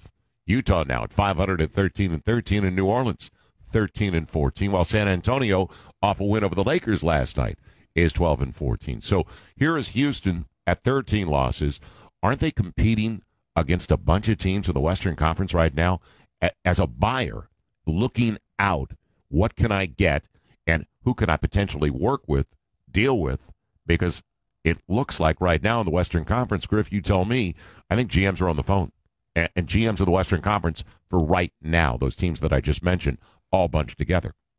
Yeah, I think there's more buyers. But I also think even the Eastern Conference, where you think it would be clear that they're sellers, you've got teams that haven't exactly decided they're sellers. If you're the Chicago Bulls, yeah, you might make a trade. But they've just named a head coach in Jim Boylan that they're trying to allow to be successful because they'd like to see if they want Jim Boylan to be that head coach moving forward. And I think they probably would like him to succeed. And Jim's a guy who started out as a video guy in the NBA, has worn a lot of different hats along the way, been with championship pedigrees multiple times, been a head coach at the University of Utah. He's a hard-driving, hold guys accountable, no-nonsense, sort of old-school, grit-and-grind sort of head coach. You're not going to want to get rid of all his veteran talent or get rid of any pieces that might help him win games if you've just elevated him to the position and you really want to find out how good your kids can be. They did this at the time when they removed Fred Hoiberg. Their team was just starting to get healthy. Fred hadn't even gotten to coach a healthy team yet. So it's hard for me to say unequivocally that Chicago's going to look to sell. They want to know what they really have. In some of those cases, you might be a seller, but you don't have really clear pieces that help the teams that are trying to buy. So not only are you competing with more buyers, there's just far less clearly available personnel. And if you look, you use the phrase upside down in the Western Conference. Houston's not a seller. San Antonio's not a seller. New Orleans isn't a seller. Utah won't sell. Minnesota's not going to sell. You thought for certain Dallas was going to be willing to sell at one point, and Rick Carlisle's gotten as much out of that group as you could have possibly imagined to this point. And at one point, they were 9-2 over an 11-game span, and during that 11-game span had been as efficient on both sides of the ball as anybody in the league and beating really quality opponents. Wins over Utah, wins over OKC. They were the only win that that OKC had actually surrendered during the run that Dallas was on. So Carlisle doing a hell of a job, but there was a time when you were sure they were a seller, and that's not the case. So you're right, there's more buyers, but I think the problem really stems from you don't know who's selling. Well, there's a couple of teams that I think would like to sell, and I want to get into that when we come back. And don't forget tonight, Lakers-Grizz, we've got a doubleheader for you. Lakers in Memphis, Grizz, real big win for them last night, and they're a great story. 22 wins last year, all last season. And Griff, I said on the show, when those wise guys in Vegas came out with 32, the over-under on Memphis, and I figured Conley and Gasol would be healthy, I said the legs on the midday show. I said legs, 32. They're going to win about 20 at home alone, maybe 20 plus. So Memphis is looking real good, especially if you bought futures on the over 32. Then Heat and Clippers. That's the second half of our twin bill. Clips have exceeded everything already. Clips top 2-3 right now in the West. And what about Miami? Dragic on his way back, and they desperately need him. Okay, a couple of guys I'm going to throw at you when we come back. Can they be moved? One in the East, one in the West. Big numbers next to their names. That's up next with David Griffin. Deals and Dunks on Sirius XM, NBA Radio.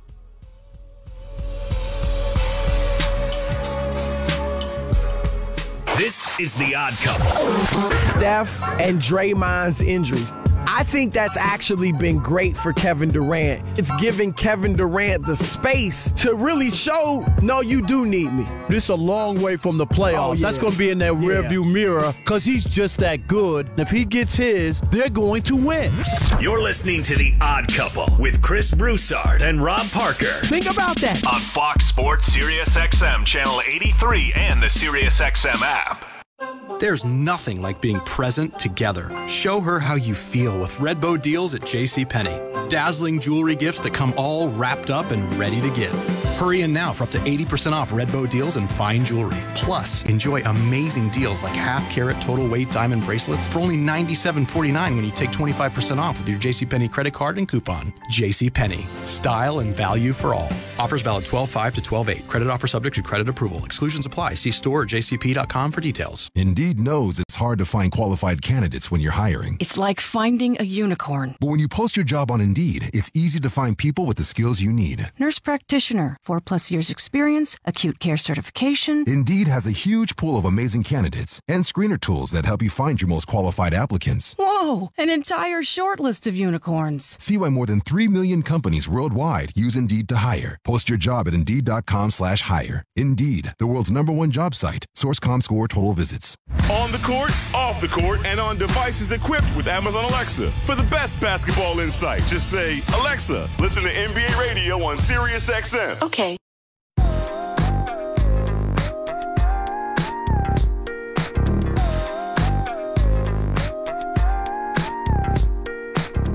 A championship general manager and a championship broadcaster. This is Deals and Dunks with David Griffin and Joel Myers. We're wheeling and dealing because it's OPs. We're dealing with other people's money. So it's a lot of fun for us. David Griffin, he did it for real, though. And he is with us every Saturday, 1 to 3 Eastern here on Sirius XM NBA Radio. Griff, we've been going over some of the potential buyers, and there's a lot of them right now in the Western Conference because it's bunched together, and who is eventually going to sell. I brought up a couple of guys while we were away that I think they're awful contracts for both guys. One towards the end of his career, one which should be in the prime of his career. Are either one of these movable contracts in your estimation? One's a 33-year-old now in his 14th season. And can he stay healthy? He couldn't at the end of the playoffs last year, but he got 4 for better than 160. I love that new CBA. Oh, by the way, I'm not just a member, I'm the president. So Chris Paul, John Wall, 4 years, and both making better than 160 over those 4 years. All right, either one. Is anybody going to sniff at either one of those deals? I think if you look at both contracts, the answer is yes, someone would take them.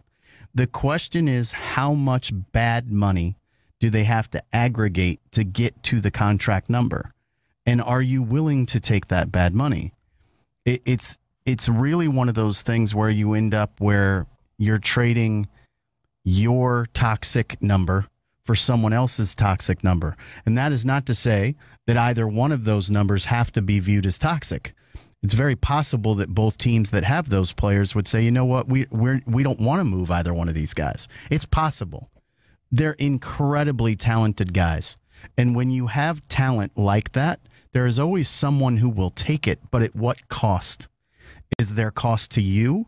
Is there cost to you and the players you have to take back? Most of the time, you're better off keeping the elite talent. But what I think is fascinating now is we've entered this new era of salary cap reality, and it's really just monopoly money at this point that we're talking about. Chris Paul's number is 35.3% of their salary cap. It's a remarkable number. 35.6, 38.5, 41.3, 44.2, and oh, by the way, it's a player option on 44.2. Let me see. Do you think that a 37-year-old Chris Paul will accept $44 million? Let me think about that. No, I don't. I think he's opting out for a better deal. I don't know about that. It's really, really interesting. It has nothing to do with how good these players are. Both of these players are truly elite talents. And in the case of Chris Paul, you're talking about a first ballot Hall of Famer, unquestionably. Right. But it becomes complicated. And again, we talked about buyers and sellers. The other thing that's really difficult about moving a point guard on a big number is that with very few exceptions, and there is one notable exception that comes to mind immediately in Denver, but with very few exceptions, teams that are currently playing at an elite level, they all have point guards.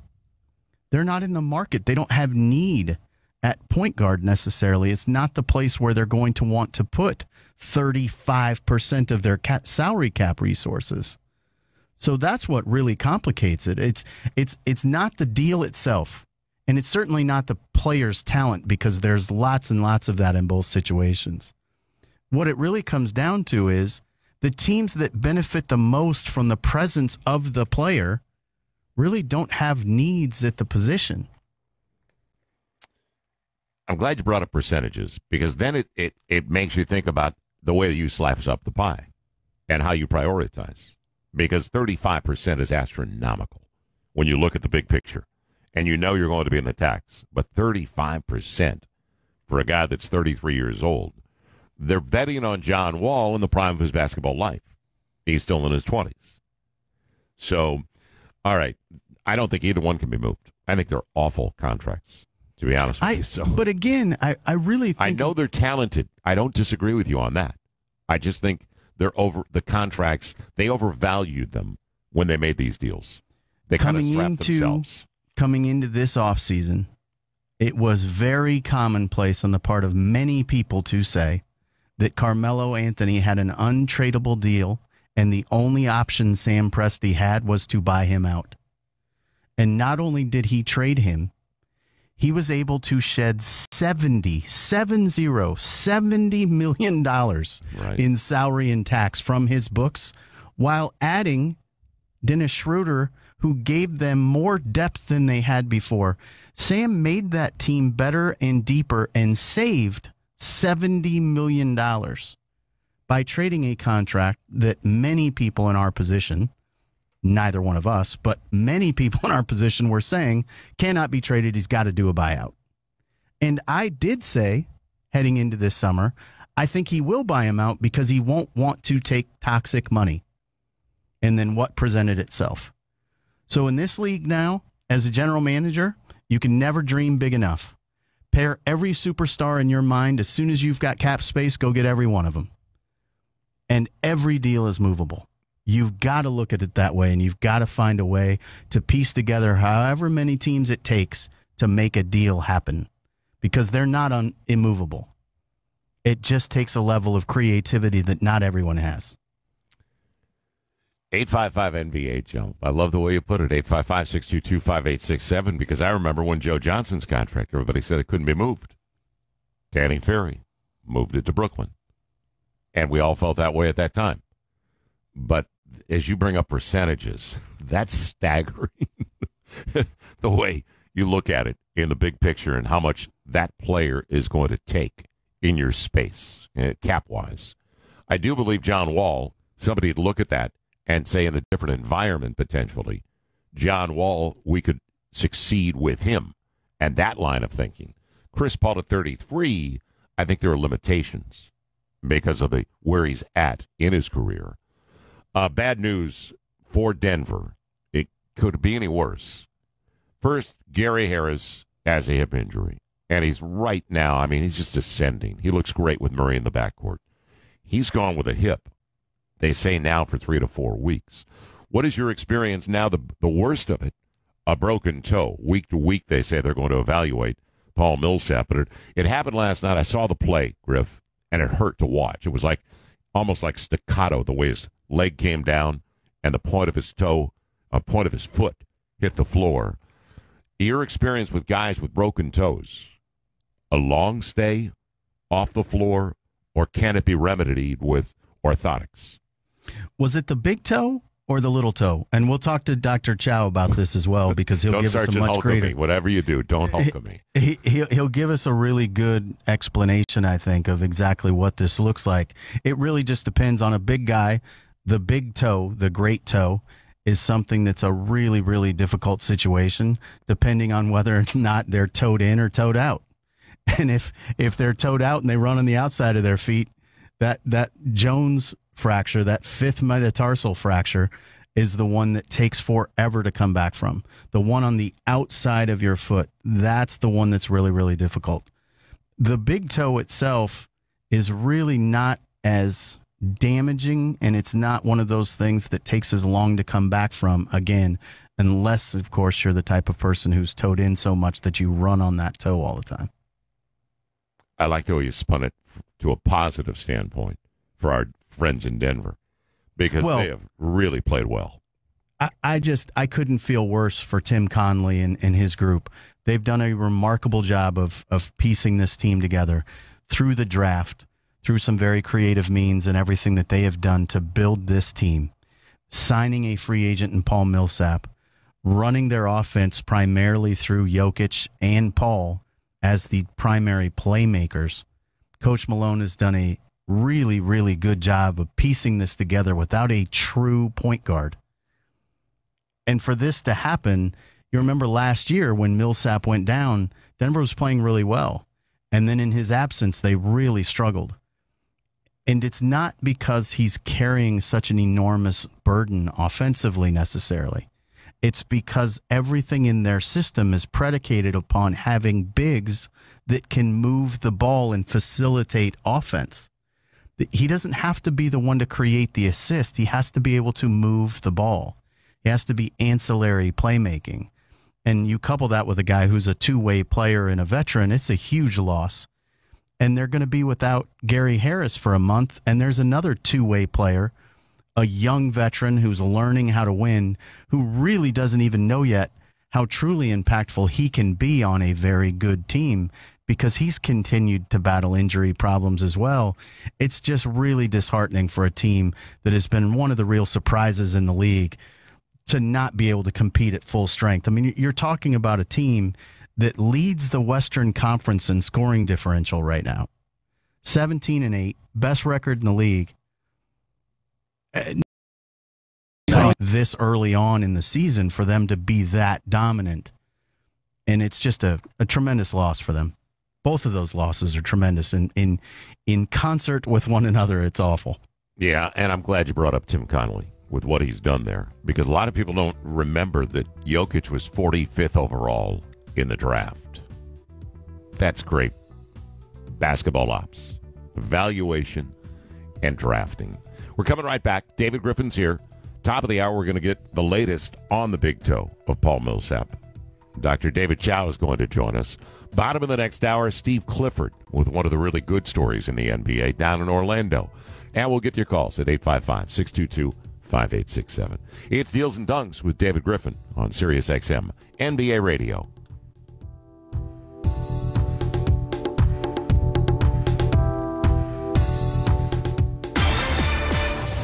Tonight on Sirius XM Sports. We'll crown another Heisman Trophy winner at 8 Eastern on ESPNU Radio. Will Alabama's Tua Tagovailoa, Ohio State's Dwayne Haskins, or Oklahoma's Kyler Murray take home the coveted award for the nation's most outstanding college football player?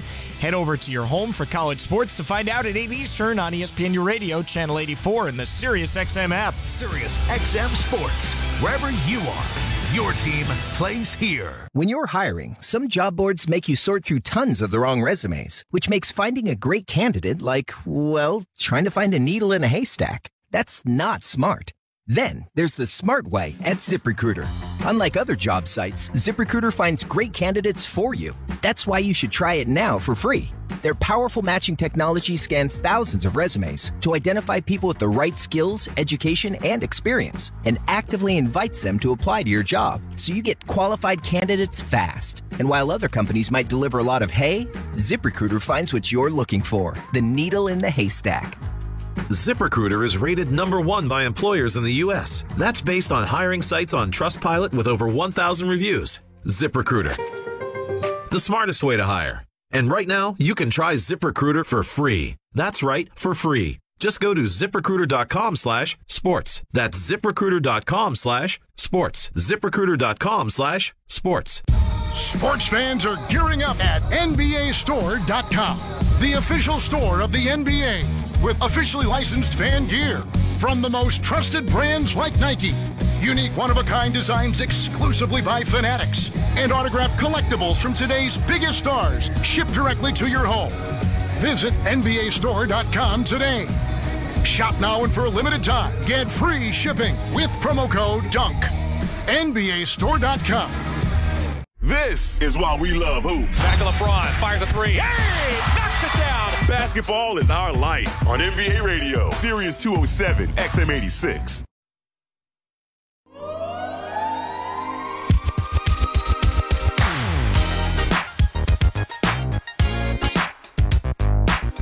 We're breaking down all the latest rumors and transactions from across the association. This is Deals and Dunks with David Griffin and Joel Myers.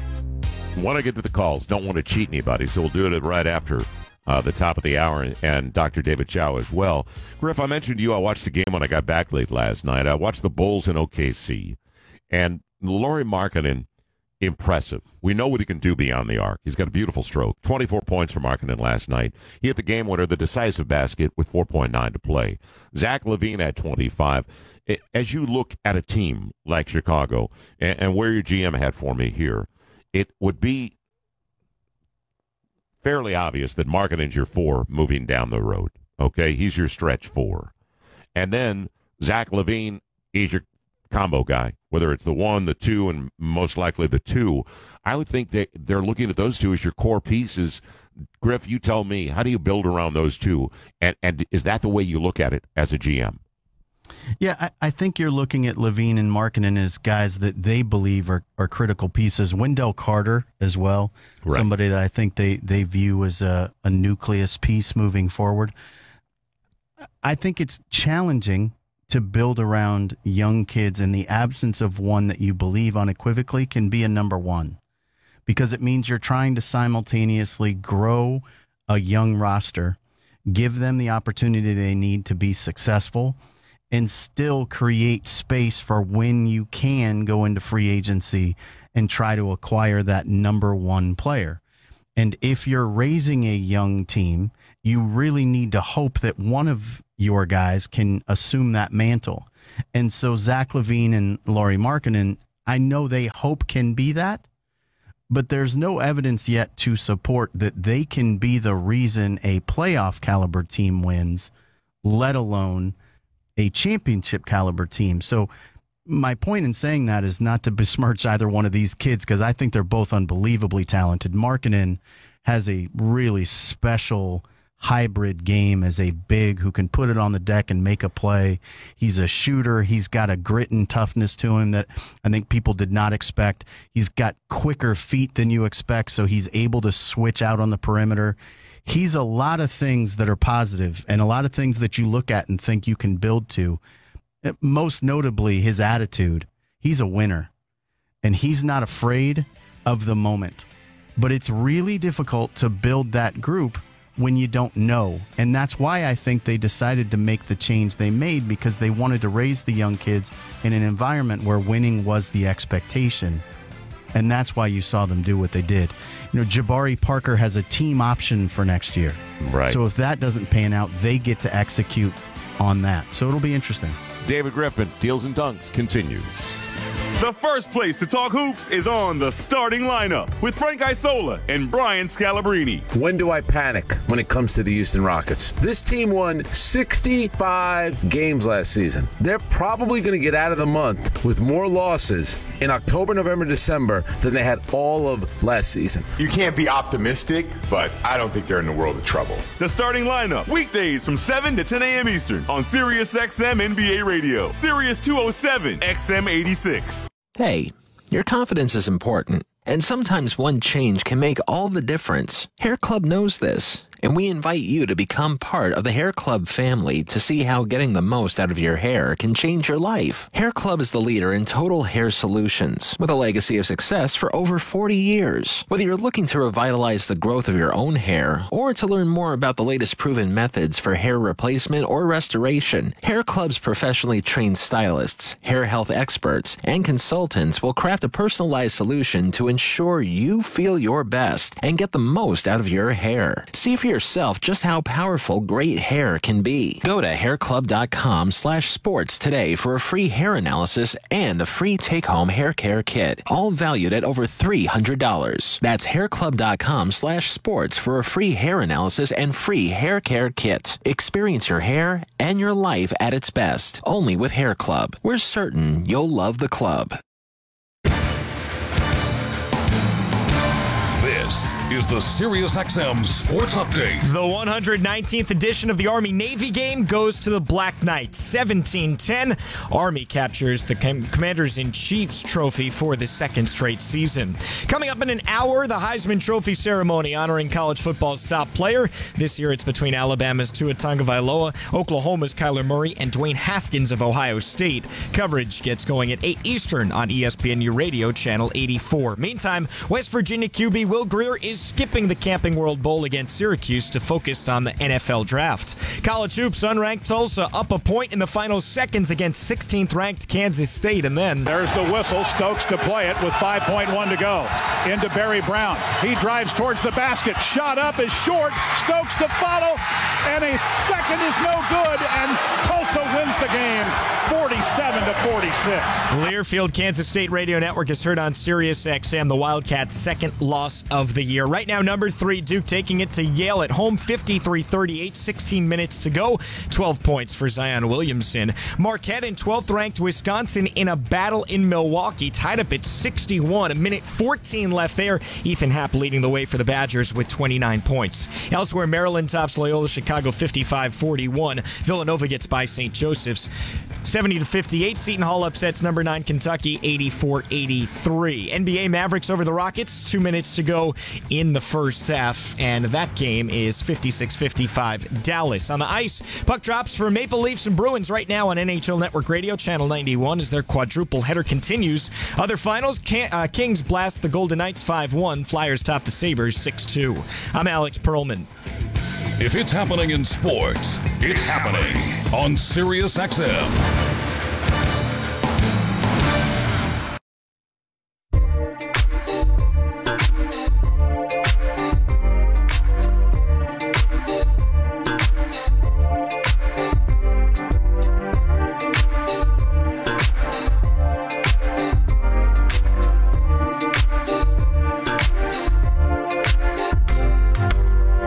Championship general manager and a championship broadcaster. This is Deals and Dunks with David Griffin and Joel Myers. Plenty of upsets last night in the NBA, and we'll get into them in just a moment, like Brooklyn overtime over Toronto, 106-105. Spencer Dinwiddie, a big day for him December 8th. We'll go over that. Bulls 114, OKC 112. What a finish to that game for Lauri Markkanen and the Chicago Bulls. But there are some issues on the injury front, and joining us now, we're fortunate to have him, a longtime NFL team doctor, just about 20 years in the NFL. He is our SiriusXM sports medical analyst, and that is Dr. David Chow. David, it's Joel Myers and David Griffin. Good morning, good afternoon, depending on whether you're on the East Coast or West Coast. How you doing, David? Good. Real quick question. We wanted to talk about Markelle Fultz. But we had a big injury in the NBA last night. I don't know if you saw the toe injury to Paul Millsap and the way it all developed. What is there video? What have they said? I saw something about toe injury. What is the big toe? What part of the big toe? It is the big toe. Do they know what part of the big toe? Do they know, like, is it at the joint? Is it the metatarsal? Is it the... what part of the toe or what kind of fracture? I'm happy to talk about it. So it hasn't been announced yet, Doc, which part of the toe and exactly what the injury is. just in general terms, in your experience, if you're going to have a broken toe, is it more damaging to have it be a big toe or to be that Jones fracture on the outside of the foot? Well, like I said, without seeing video and the details, it's hard to say. But in general, the big toe is worse than the fifth metatarsal. The fifth metatarsal might be more lingering, but the big toe, this is going to sound funny, but the big toe is responsible for at least 50% of the push-off in your foot. So at least 50% of your leaping ability is based off the big toe. And that's why turf toes in football and other things are such a big deal. Yeah, it's a bad break because they've already got a hip injury with one of their starting backcourt players, Gary Harris. So it's compounding the situation for, well, the number one seed right now in the Western Conference, the Denver Nuggets. Dr. David Chow is with us, orthopedic surgeon and our SiriusXM sports medical analyst. Have you had a chance to go over what the syndrome is for Markelle Fultz, doctor, and the potential for down-the-road purposes for him? Well, I've been following this all along. Of course, the full disclosure is I'm an orthopedic surgeon. I've worked with NBA players, but I have not treated or examined Markelle Fultz. And if I had, obviously, I wouldn't be able to speak. But I followed it with intrigue from a while ago in terms of the scapular imbalance that was announced. And when that was announced a while back, they said, oh, okay, 6 weeks. I'm like, no, that's going to be a lot longer than that if you're trying to change scapular imbalance. And then obviously now with this neurogenic thoracic outlet syndrome. I have followed it along quite a bit. And you're Doc, feeling right. I was going to say you're feeling on that process. Yeah, how does it happen that you could have what you think is one injury and then go through the process, and how difficult is it to diagnose this thoracic outlet syndrome? Well, thoracic outlet syndrome is sometimes a tough diagnosis, but the one thing that doesn't smell right to me, and that I haven't examined him, but to say that someone has neurogenic thoracic outlet syndrome and that they're going to do 3 weeks of rehab and get better doesn't pass the smell test to me. In addition, not a lot of basketball players have thoracic outlet syndrome. Thoracic outlet syndrome, yes, it happens with raising your arm, but usually it's with max effort things like baseball pitchers. That's where we see it all the time on the dominant arm. I don't recall the last case of thoracic outlet syndrome in an NBA player, and I'm not saying he doesn't have it. I haven't examined him, but I'm just saying it's very unusual in a basketball player. And quite honestly, I don't know, unless it's an adaptation that he has to get around the injury, that causes, quote, double clutching. That's what we've seen, double clutching at the free throw line. And also, it usually comes from the team, but this came from the player's representative because the team had done extensive research and examination on the player, and it came out of left field, Dr. Chow. So it was interesting for all of us in the NBA that, and as you say, there's not a lot of pressure. It's not like a baseball pitcher trying to throw a 95 to 100-mile-an-hour fastball. So it's not that common. What is the most common thing you do see then? Is it more plantar fasciitis with a basketball player? Where's the stress on a basketball player that you don't see maybe potentially on other athletes? Well, there's a lot of things that happen on basketball players in general. Fortunately, not a lot in the shoulder. The biggest thing in the shoulder is in terms of overhead stuff or labral injuries or dislocations as you get your arms tangled, et cetera. Markelle Fultz's situation is certainly unusual at this point in time. I did note that this all came from the agent and not from the team. And obviously the team, it seems like, has been somewhat frustrated by this, and the agent took things in his own hands to try and help his client. So I don't begrudge him on that. But I found it interesting. They says, well, we're going to take him to a shoulder specialist. But publicly it's been revealed he's been taken to several shoulder specialists. My guess is he's probably seen a dozen different shoulder specialists already. Look, I hope it's thoracic outlet syndrome. I hope it's something that you can clear up for the young man and get better. But if it is thoracic outlet syndrome, 3 weeks of rehab will not solve it. This is going to be a longer saga than what has been put out there recently.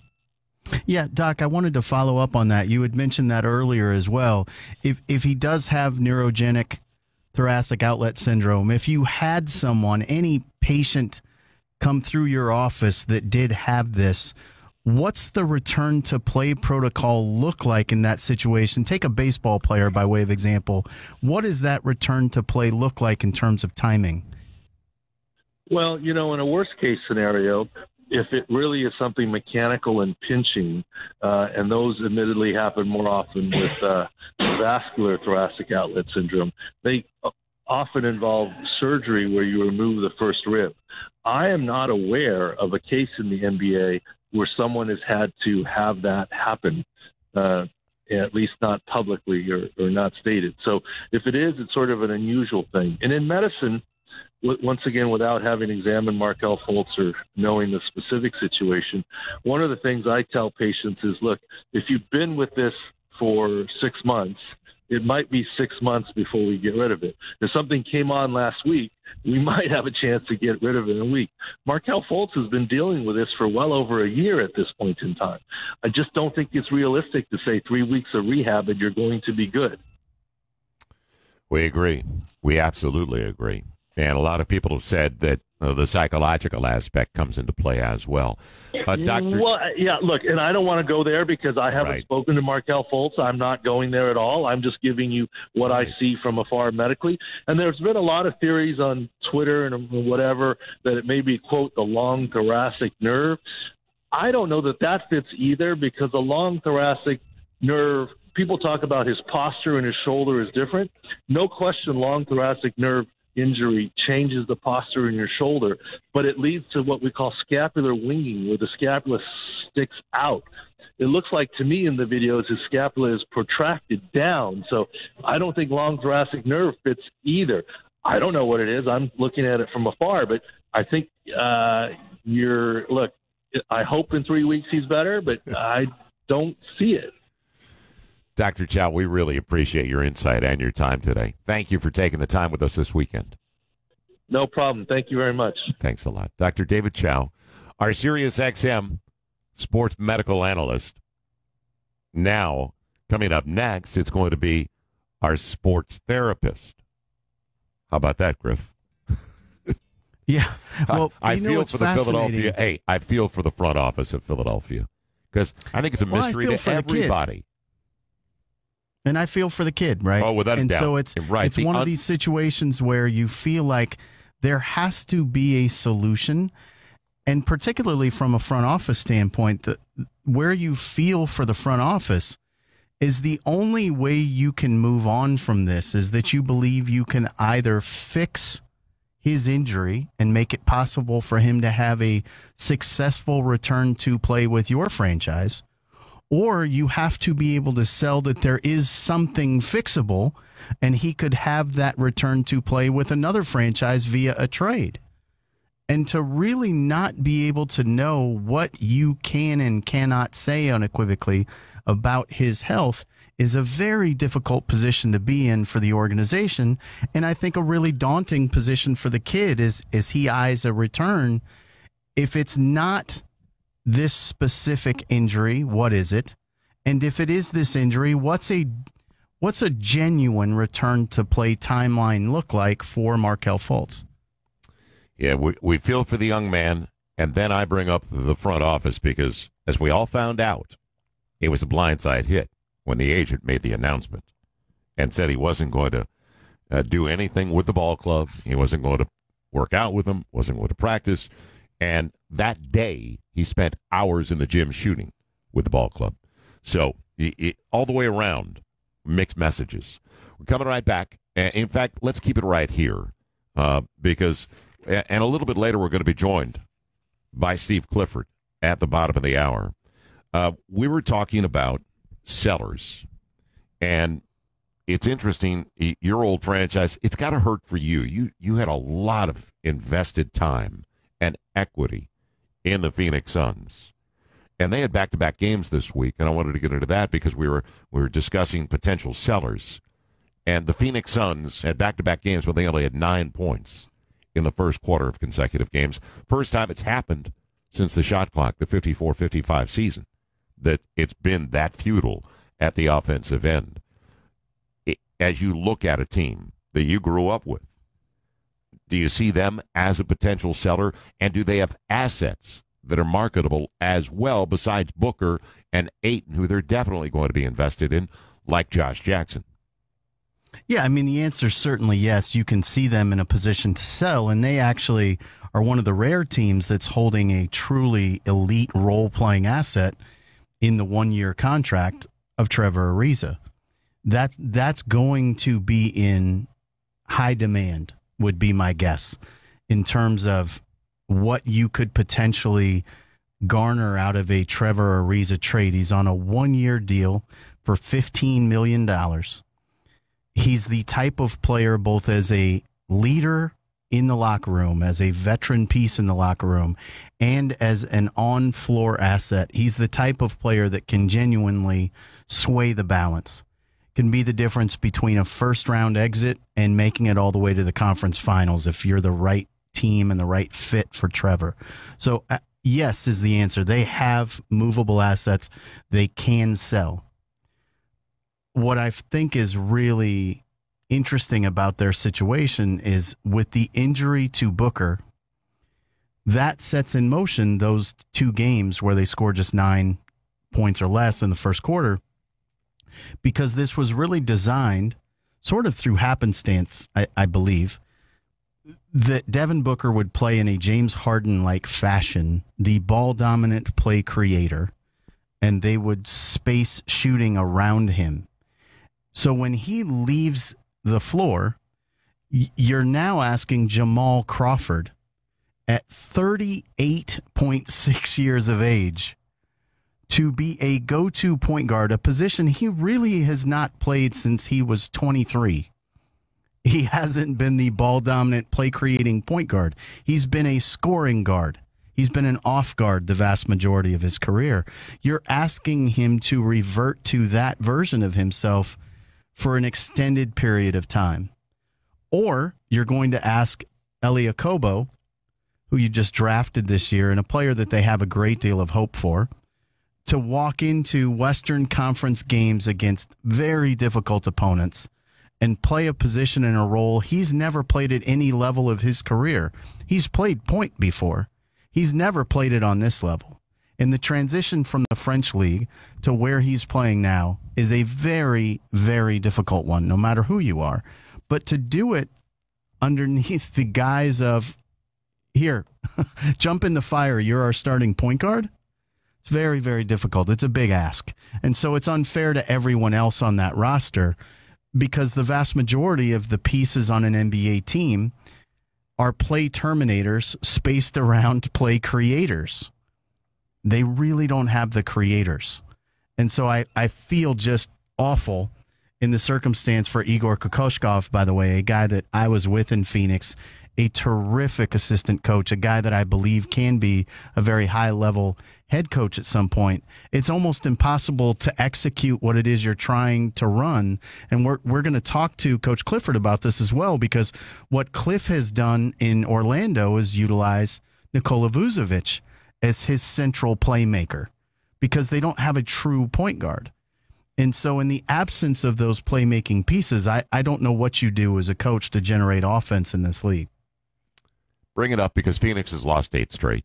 They're now 4-22. Brandon Knight, not that he's a play creator, but he can handle the basketball, a combo guard. Where's he when you need him? Oh, that's right. He's in Houston with Marquise Chris. Yes, right. They made that deal. Anderson. And he's also injured. Well, he's getting ready. He's actually really close to coming back now. As I've seen over the last few days, he's getting reps, and they're getting ready to bring him back. And I think they're going to accelerate that process with the way things are going Yeah, but my point is we can't beat Phoenix up for trading Brandon Knight. He hasn't played yet anyway, so he wouldn't have been their answers. He doesn't fix those 9-point quarters by way of example. And you and I know the frustration it boils over, because then the Arizona Republic reported over the last 24, 48 hours that after the media had already been allowed into the locker room after the cooling off period, Devin Booker and DeAndre Ayton got into it. And that's tough because those are the two guys you plan on building around. So it's headed south. They haven't been to the playoffs for 8 years. And you were there in really good days with Mike D'Antoni, Steve Kerr, that group, Alvin Gentry as well when he was working with Mike there. And then Alvin took over. So, and you put Alvin in that position. But it's kind of tough because when we go down there, that was the jewel in the desert. And now, right now, they've got the worst record, believe it or not, in the NBA. You would have thought it would have been Atlanta because they're trying to tank. They're super young, but it's the Phoenix Suns. So interesting times, a serious dilemma as well. There are people that have been waiting to talk to you. You got a couple of minutes, Griff? I'm here. Let's go ahead. And by the way, the Lakers, and thank you, Marcos Tabos, our producer, for the update. Brandon Ingram, MRI. He had that. It's confirmed. It's just an ankle sprain. He's going to be reevaluated in 1 week. Michael Beasley also away from the team. That's for a family matter. So the Lakers get ready to match up with Memphis tonight after their loss in San Antonio last night. And San Antonio had a monster second half in that game to come back and beat the Lakers. So as Pirtle and a couple of others off the bench came through in a big way for San Antonio. In fact, bench scoring was the difference in the game, 52-26, San and just Antonio. A dominant fourth quarter, absolutely dominant fourth quarter. Overwhelmed. The Spurs look like the old times because they had 8 guys in double figures. It used to be that every night it seemed like they had 7 in double figures in the old days when they were succeeding. And it's early. What's strange is the schedule this year, Griff. That season series is already over. The Spurs took 3 out of 4 from the Lakers this year. And in the fourth quarter, which is encouraging for the Spurs and Pop, Pirtle had 14 in the fourth alone, and Bertans had 13. And they need that, especially Davis Bertans in particular, as spacer, stretch fours. We were just discussing Lauri Markkanen a few minutes ago. That's what they're looking as Bertans. You see Bertans, that type of stretch four, and a guy with a stroke, because he's still in his early 20s. I think Davis would have actually achieved far more of what he's capable of becoming had he not had 2 different ACL injuries. And he was really set back in his development by that. But he's a player that San Antonio very rightly is very excited about. They did not want to trade him. We tried multiple times actually to acquire him as a piece that we saw having a really big upside and a very bright future because he knows how to play and he has a piece. He's big, he can make shots, and last night he was making them at a really high level in the fourth quarter of a game against a very, very good opponent. That was a big step for San Antonio, and their ability to lock in defensively in the second half of that game, particularly in the fourth quarter, is really what Pop has been challenging them to get to, that they needed to change their mindset and put themselves in the space where they understand the only way we can win at a high level is if we make our bones on the defensive side of the ball. I think the Lakers ended up going 2 of 17 in the second half from 3, and San Antonio was flying all over the place to challenge shots at the three-point line, and that looked like the version of themselves that you expect Pop would like to be. Now, the 120 points given up is not what Pop would like to be. Needing to score 133 in the win, not what Pop would like to be. But if you take the second half, and in particular the fourth quarter, that's a piece they are going to build on, and Pop can show them, look, fellas, we let the cat out of the bag. We can do this. It's just a decision on whether or not we really want to. Good second half. Great fourth quarter. San Antonio prevails in that game. There was another one that I wanted to get into with you, and how do you address this as a GM and as a coaching staff? And Joel Embiid did not play last night. Philly beat Detroit. So Embiid did not play. It made no difference. And Jimmy Butler went off on the Pistons, 117-111. He had 38 with 26 of the 38 coming in the second half. I bring it up, though, because this is the quote from Joel Embiid. All right? This is Friday night. He said, first of all, they wanted him to rest. He said, I'm not tired. Then this is the quote. He goes, I haven't been myself lately. He goes, I think it's mainly because of the way I've been used, which is I'm being used as a spacer. I guess a stretch 5, which is why I'm only shooting 29% from three-point range. He goes, but it seems like the past couple of games, like with the way I play, our setup, it always has me starting on the perimeter, and it just really frustrates me. My body feels great, and it's just I haven't been playing well. So as a GM, as a coach, Joel Embiid, and he alludes to the fact I'm not being used properly. How do you deal with that, Griff? That's a great question, and it's one that I'd really like to ask Cliff as well. You know, it's Coach Clifford's dealt with this, I'm sure, many times, and from a coaching perspective, I think it's complicated when it's your perceived best player. I mean, this is the guy that if they are going to take a quantum leap forward as title contenders, then they're going to need Joel to be the best version of himself he can possibly be. And other than the last 3 games, now 4 games, I would think you'd have to say he's been that. He has taken that big leap forward, right on the cusp of the MVP candidate or MVP conversation, by way of example. He had played at an incredibly high level, but now his last 3 games, he's shooting 33% from the floor, just 11%, right, from 3. Now, it's a really small sample. He's 1 of 9 from 3. He's 14 of 42 from the floor in those last 3 games. He's frustrated, and he's not playing terribly well. And he's actually not wrong with some of his critique of the situation just relative to fit for him. I don't think it has anything to do with the fact that he's being played in a inappropriate manner. I think it has an awful lot to do with the fact that the floor spacing is such that if he goes to work on the post, if it's not J.J. Redick who's spacing the court, you've got a lot of ball dominance in Jimmy Butler and Ben Simmons, and neither one of those guys are viewed as true three-point shooting threats. So you're not going to space yourself defensively in the same way. You're still so afraid of Joel that you're going to be in help position against him. And this is not to say that Jimmy Butler's not a great player. He is. But Jimmy Butler's greatness comes in his ability to create offense.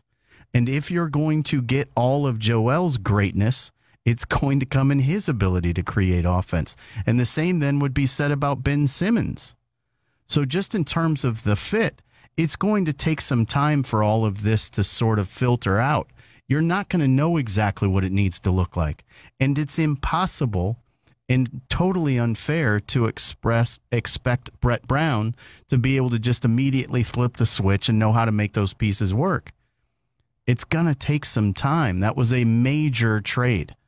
So I think this is just normal in the course of the evolution of a team, and you need Joel to understand that. Yeah, and Brett Brown actually agreed with Embiid. It was in the Philadelphia Inquirer, Keith Pompey, our buddy, and he said the Sixers need to do a better job of spacing. However, he also does not see it as a reflection of adding Jimmy Butler. This is the quote from Brett Brown, and then we're up against a break. He said, I don't want to connect those dots, but I think in general, this is Brett Brown, we all have to do a better job at creating space for Joel Embiid. End quote. Thank you, Keith Pompey. And that was true. Inquirer. That was true of Philadelphia even before the Jimmy Butler trade. Right. They still needed to work in that area. So, again, this takes time. It wasn't quite as harsh as Eric Gordon's comments that we got into earlier. We're coming right back. Steve Clifford joins us in a few minutes, the Orlando Magic head coach, as we continue. Deals and Dunks with David Griffin on Sirius XM, NBA Radio. Pitbull Globalization, the channel Pitbull created, playing in the chat.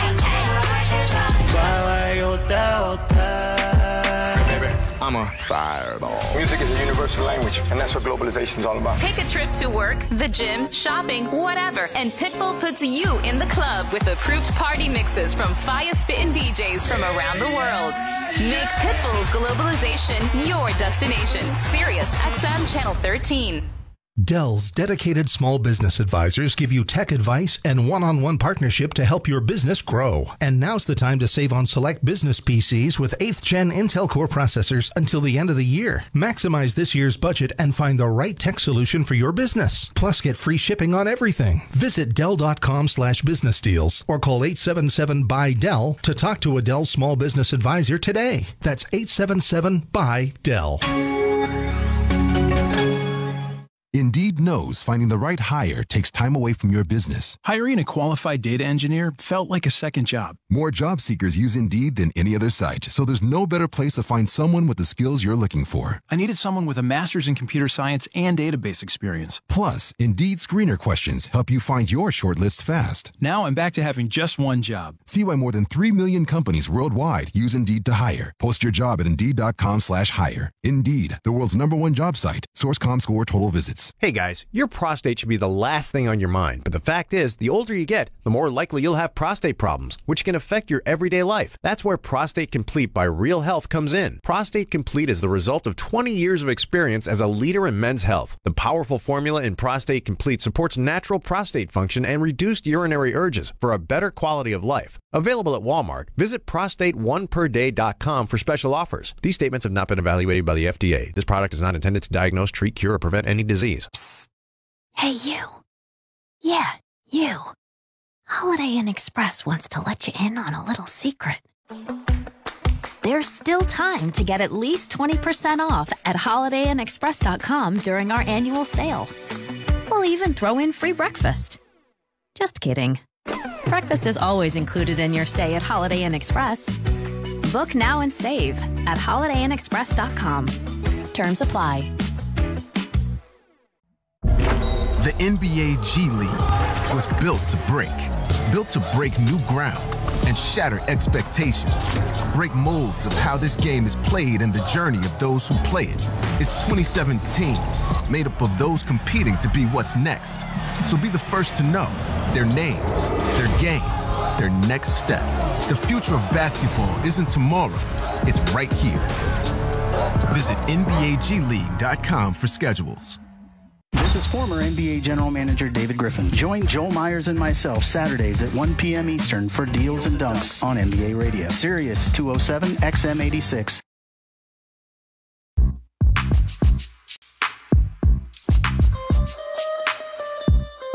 A championship general manager and a championship broadcaster. This is Deals and Dunks with David Griffin and Joel Myers.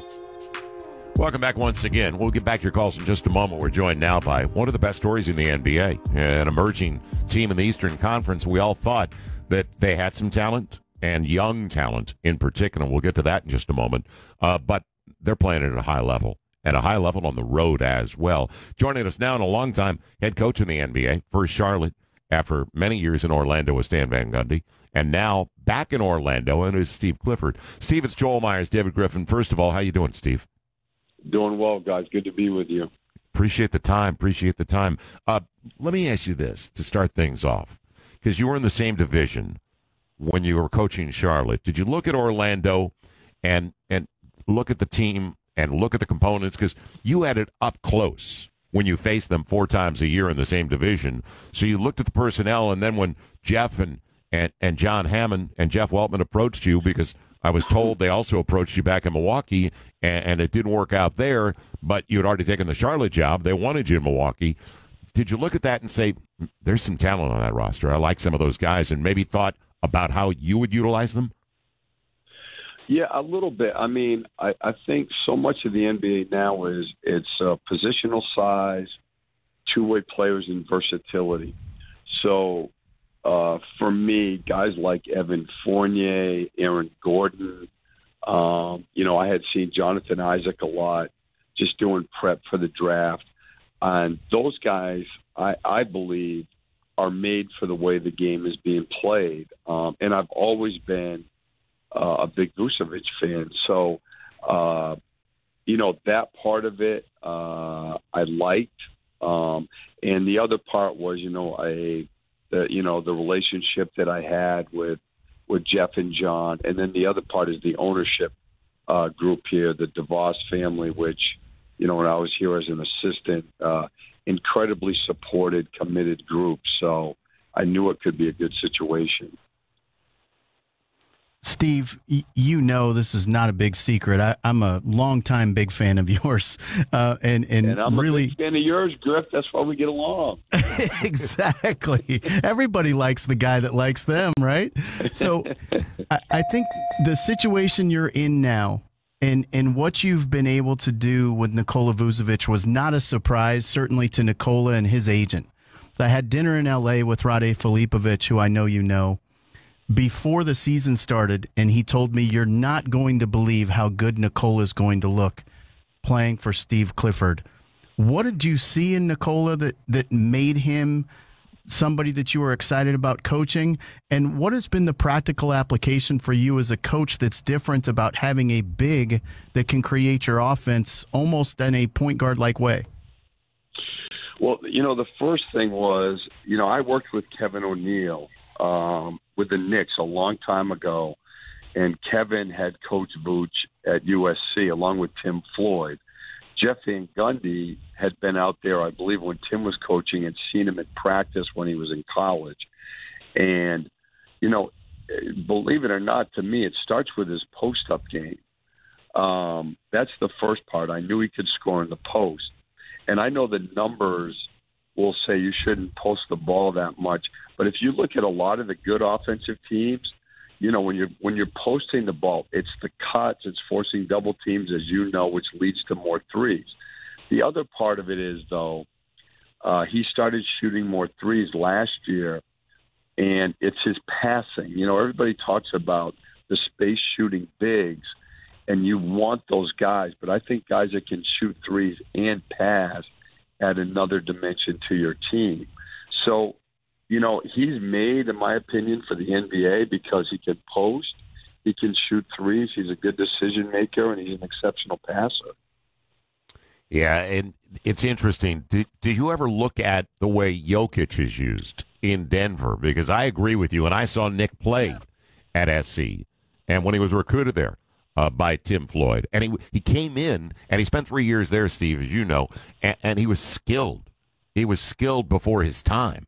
And I like what you're doing with him, and you bring up the inside out because it does open things up on the perimeter. But did you ever think about it the way they use Jokic in Denver a little bit? Yeah, and we try to, obviously, the thing that they do so well is they open up the lane by playing him outside the three. And, it's really what Coach Carrillo used to do at Princeton, get skilled bigs and then use, which opens up both sides of the floor for cutting baskets, similar actually to what Rick Adelman used to do in Sacramento. And, Denver, when you play them, if you don't take away the cutting baskets, it's a long night. And our best nights here have been similar to that. When we have him in the middle of the floor outside the three and we cut well, those are those 3 or 4 baskets a night that get you over the top. Steve, you mentioned Jonathan Isaac, Aaron Gordon earlier. You're really trying to do something that's very difficult. And from a head coaching perspective, it's fascinating to me, the situation you're in. You're trying to raise elite young talent that is not won yet in the NBA, and at the same time, win meaningful basketball games and keep yourself in playoff position. How do you go about that just from a pure coaching standpoint? How do you balance player development and winning tonight's game? Well, I think, first of all, and I'm pretty sure you would agree with me on this, is I think that with younger players, and especially these guys are so young when they're coming in now, is, hopefully we can play meaningful games in, March and April. And there's nothing to me that can help development more than that. The other part is that I think where people sometimes misread development is everybody thinks player development is, shooting, ball handling, post moves in the summer with the workout guys. And, I mean, as big a part of that or more is what you do so that the team can function well when you're on the floor. You know, do you blow sets? Are you a good screener? Do you make quick, simple plays so the other guys can play well? Are you good with coverages? Can you guard a pick and roll? And that really comes from my background, obviously, with the Van Gundys. A big part of them was always, player development is the individual part. You know, you got to be on top of your individual game, but you have to be an expert on the team game within the NBA. And I think that ends up making the difference for the individual and then for the group. Coach, just following up on that, the player development aspect of things, when you look at what Kemba Walker is achieving this year and the season he's having, you and your staff from Charlotte must take a great deal of pride in what you were able to do with Kemba during that period of time and how far you came together. Could you just speak a little bit to your experience with Kemba and how he grew as a player while you were there? Yeah, and Griff, you can appreciate this. I first got to Charlotte, and he was in New York. Patrick Ewing was the associate head coach. He went and watched him work out a couple of times. I was speaking with him on the phone, and we got to Summer League. And one of the things we'd always done here with Stan and in Houston and New York was Jeff would try to get a couple of veteran guys to come to Summer League and scrimmage at night. We would do more, organizational, fundamental work during the morning, come back in the late afternoon, early evening as scrimmage. So I called them, and I said, listen, why don't you come down, do Summer League. We were going to practice like 4 nights and then go out to Vegas. So he said, no problem. So the first day we show up, and we practice at whatever, in the morning, say 10 o'clock, and he's out on the floor.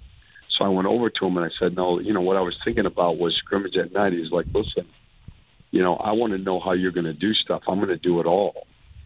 And that's when I knew, he had the right attitude about the commitment that it would take. That was the first part. That's how he was.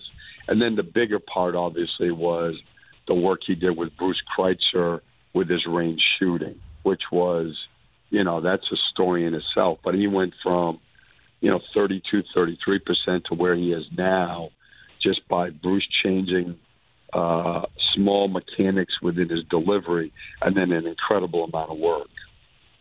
Steve Clifford, head coach of the Orlando Magic, is with us on Sirius XM NBA Radio, and it's kind of funny that I'm glad you brought it up, Griff, because I've said on the air at not only our telecast but here on Sirius XM, Coach, I've said that Trae Young ought to pattern himself. You got to look at what Kemba Walker has done and the way he's grown over his 7 seasons already in the NBA, and the way he's advanced, he's strengthened his body, he's done it the right way. So I'm glad you brought that up. Steve, give us some insight.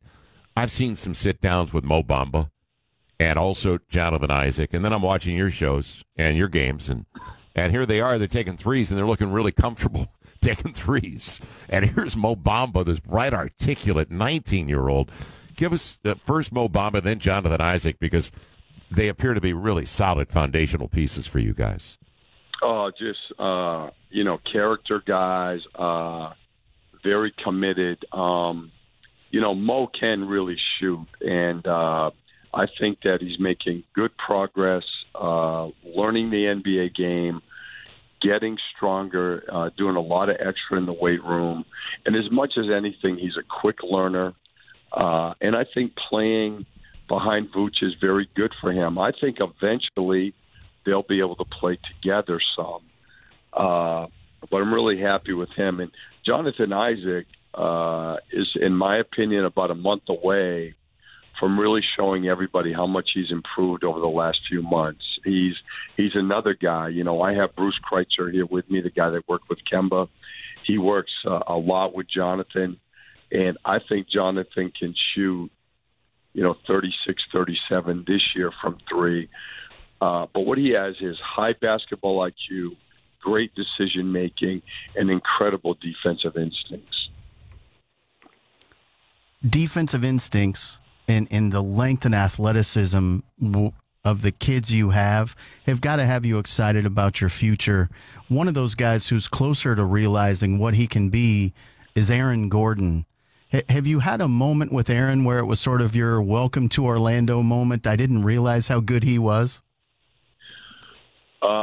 Yeah, well, I tell you what I did was he was in California because, he was a restricted free agent. And so when I got the job, I don't know, whatever, a few days later, I just went out to spend the day with him.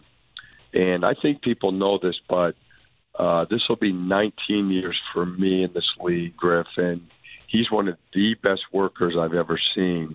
So I met him at his high school. And he works out there. He lifted. He has a strength guy in the summer, then on the court. And then, we just spent time talking. But I remember calling Jeff Weltman after I got done with him and just said, now this guy is a serious player. Ask questions about utilization. How do you see me playing? When we played you, I noticed this or this.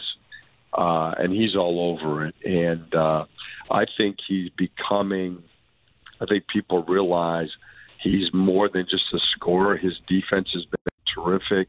His rebounding is getting better and better. And he has an offensive game that will continue to develop in a lot of different ways. And actually, the one thing that has struck – he's a lot better passer than I realized. Yeah, and a really good kid. I've sat down and talked to Aaron as well. Great. Really a good kid. Last thing, there's a guy on your roster, and he plays really hard, and that's Jonathan Simmons. And I know that he came over last year before you got there and had a year in their organization. But when I see him on the floor, he's kind of a whatever it takes guy. And, I see him at the mid-range, and I think he's more comfortable there. But we always talk about you need guys that have a little nasty in them. And the way he came up to pay for a G League tryout with the Spurs and the way it all worked out to get 3 for 18 from Orlando, and the Spurs were happy. They wanted him to succeed and get a contract because they couldn't afford him at the time. But I like what he brings, and I would think that that kind of nasty, the guy that has the dog in him a little bit, that doesn't hurt either. I think it's harder and harder to find, to be honest with you. He just has, as you said, a competitive spirit. What did Coach Parcells used to say, you need to have as many guys as you can who compete without the aid of coaching, and that's him. And, he had a tough summer because he had to have a hand surgery. He couldn't touch a ball until a couple days into training camp. And I believe he's just now kind of rounding into shape and getting back into rhythm. And he does bring a spark or an energy level, a competitive spirit to the group that not many guys do. Yeah, Steve, keep him healthy because it's really a good start for you guys. And, hey, you've already taken the first 2 from downstate rival and your own division opponent in Miami. I watched the 105-90 win on the road in Miami. It's been a really good start to the season. Just keep him healthy, Steve. It's easy to pull for you guys. I appreciate that, guys, and thanks for the time. Thanks, Steve. Thanks a lot. Steve Clifford, you brought it up. David, he can just coach. He's I watch their out of timeouts. They call them ATOs, after timeout plays. He really draws up some good plays. He can coach. Yeah, and Steve's a basketball lifer. Assistant coach in college for many years before he got his first head coaching opportunity at Adelphi. He takes the Adelphi Panthers of New York and wins more than they've ever won, and he just keeps moving along. Worked for Jeff Van Gundy as an assistant. Was an assistant coach in the NBA for 11 years, maybe 13 actually, 13 years before he got the opportunity to be a head coach. Paid his dues all the way along the way and was humble enough to be learning all the way along the way. And that's one of the really exciting stories in the NBA is to see Cliff now shaping another team in the way he is. Yeah, it's easy to pull for the Magic. Now, they have been down for too long, but all of a sudden, watch out, because Orlando, Jonathan Isaac, Aaron Gordon, Mo Bamba, and hopefully, because it's a contract year for Vooch, they got to keep him. But John Hammond, Jeff Weltman, Steve Clifford, they're ahead of the game because they have great leadership in the front office and on the staff. We're coming right back. Griff is going to take you to the next level when we do come back. And I'll get to your calls as well at 855 NBA Jump. Stay with us. Deals and Dunks with David Griffin on Sirius XM NBA Radio.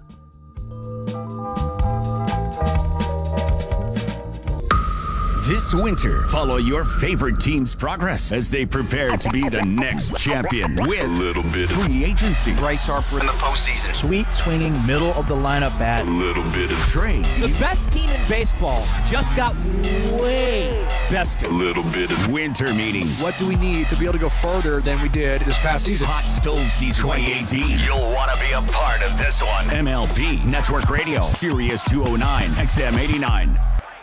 This is Ton Ostegard, Chairman and CEO of Creek Carrier and Schaefer Trucking. This holiday season, we want to thank all the drivers across the country who safely deliver the ingredients for our holiday dinner and the gifts for our loved ones. We want to thank our customers for providing us the opportunity to deliver their freight. Their partnership allowed us to raise our driver pay 3 times in 2018. If you're looking for a new opportunity, visit creekcarrier.com. From all of us at Creek Carrier and Schaefer Trucking, Merry Christmas and a prosperous New Year.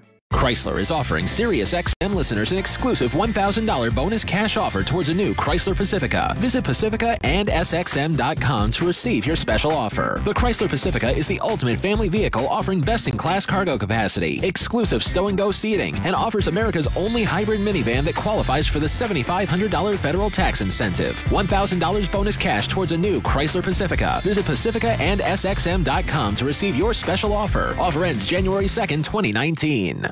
Behind the back with 1 second, takes the three. It's good at the buzzer. Curry! This is Stephen Curry, and you're listening to Sirius XM NBA Radio. Alexa, play NBA Radio on Sirius XM. NBA Radio on Sirius XM. What Steph Curry does is erase a lot of mistakes. There are lots of ways to hear Sirius XM at home, including on devices with Amazon Alexa. Learn more at SiriusXM.com/Alexa. Tonight on Sirius XM Sports. We'll crown another Heisman Trophy winner at 8 Eastern on ESPNU Radio. Will Alabama's Tua Tagovailoa, Ohio State's Dwayne Haskins, or Oklahoma's Kyler Murray take home the coveted award for the nation's most outstanding college football player? Head over to your home for college sports to find out at 8 Eastern on ESPNU Radio, Channel 84, and the Sirius XM app. Sirius XM Sports. Wherever you are, your team plays here. Oh, look, right there. There they are. Kids, who put all your dad's socks in my drawer? Honey, I bought you your very own Norlander alpaca socks. You did? So you'd stop taking mine. My own Norlander alpaca socks? Can I have my socks back now? Hey, kids, no worries. I found them. Norlander alpaca socks. Soft, luxurious, durable, moisture-wicking, and odor-resistant with lots of great colors and styles. And check out our gift boxes for holidays, birthdays, or any special day of the year at norlandersocks.com. Worried you're one of the millions whose identity may have been compromised in the recent breach? Be one of the millions who trust their identity protection to LifeLock with Norton. LifeLock uses proprietary technology to detect identity threats, like your social security number for sale on the dark web. And Norton Security protects your devices against cyber threats like malware. No one can prevent all identity theft or cybercrime, but LifeLock with Norton helps protect your identity and devices. Go to LifeLock.com and use promo code COVER to get an extra 15% off your first year. Golfers, we all want one thing, our lowest round of golf. Putting alone is up to half your score in golf. So what's in the hands of the 2018 Open Championship winner and a recent #1 world-ranked golfer and golf grade instructor Dave Stockton? It's the Flex Putter Trainer. All golfers can instantly learn to roll the ball perfectly and feel the perfect release. You can also use Flex Putter Trainer indoors on cold days, so it's a great holiday gift. Visit flexputter.com and enter code PERFECTROLL for 20% off. That's flexputter.com. The Heat, the Clippers. The action from LA begins tonight at 10:30 p.m. Eastern on NBA Radio, Sirius 207, XM 86, and on the Sirius XM app.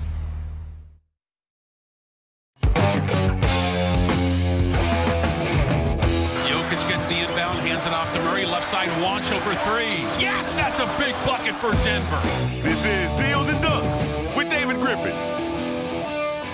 That highlight of this week's Hidden Gem is courtesy of Altitude Sports Network. Juan Hernan Gomez, Wancho, is my hidden gem of the week because this guy has had a truly profound impact on Denver.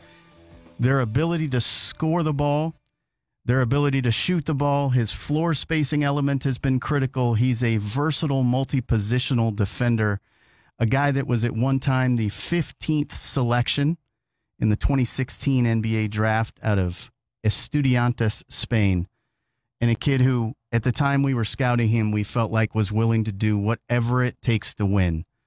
Tim Conley and Arturas Karnisovas had an absolute home run drafting a kid that is all about whatever the team needs at any given time, works as hard as you possibly can, has grown and evolved as a shooter at a really high rate, a guy that is shooting threes himself at an incredible clip.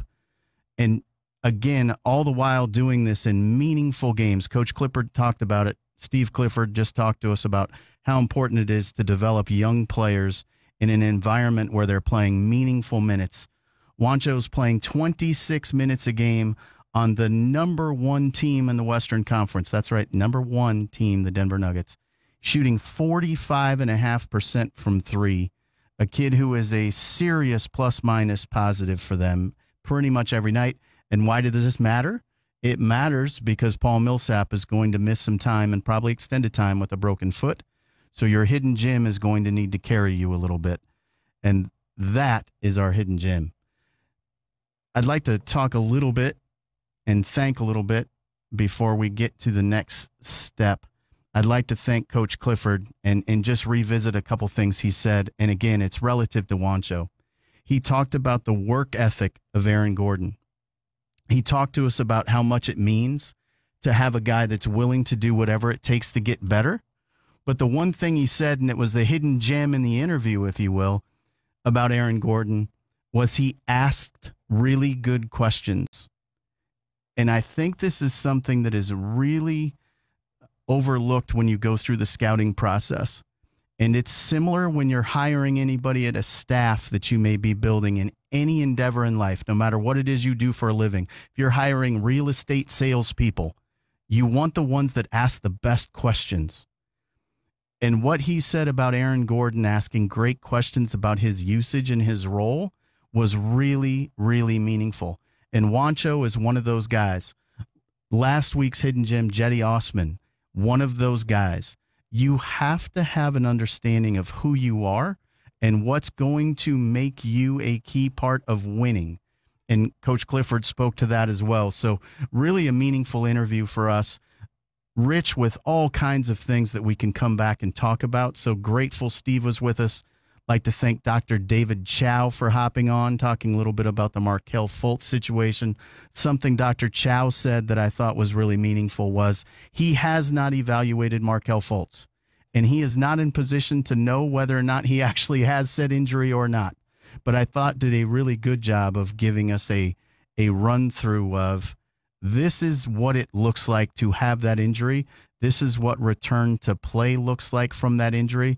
And again, a very rich interview that I think we'll be able to pull an awful lot from. Lastly, I'd like to thank my cohort, Joel Myers, the great Joel Myers, who, if you have not had the opportunity to listen on League Pass to Joel Myers call a New Orleans Pelican game, particularly one in which they are going to come up on the wrong side of the ledger, you really need to do so.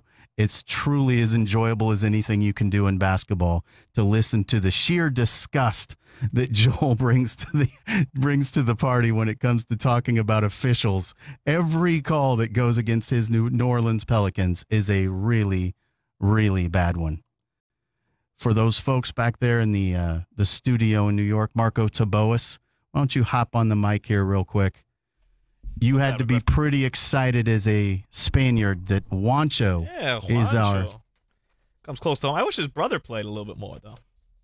Well, I think you're going to see him play a little bit more as well. Willie, I think you'll see him get more time because, again, these kids bring a piece to the equation. They bring something that you know unequivocally you're going to need to have in order to win basketball games. Again, something Steve Clifford talked to us about. Again, thank you very much for tuning in. You're going to be able to hear us again next week here on Deals and Dunks. For Joel Myers, I'm David Griffin. Have a great night.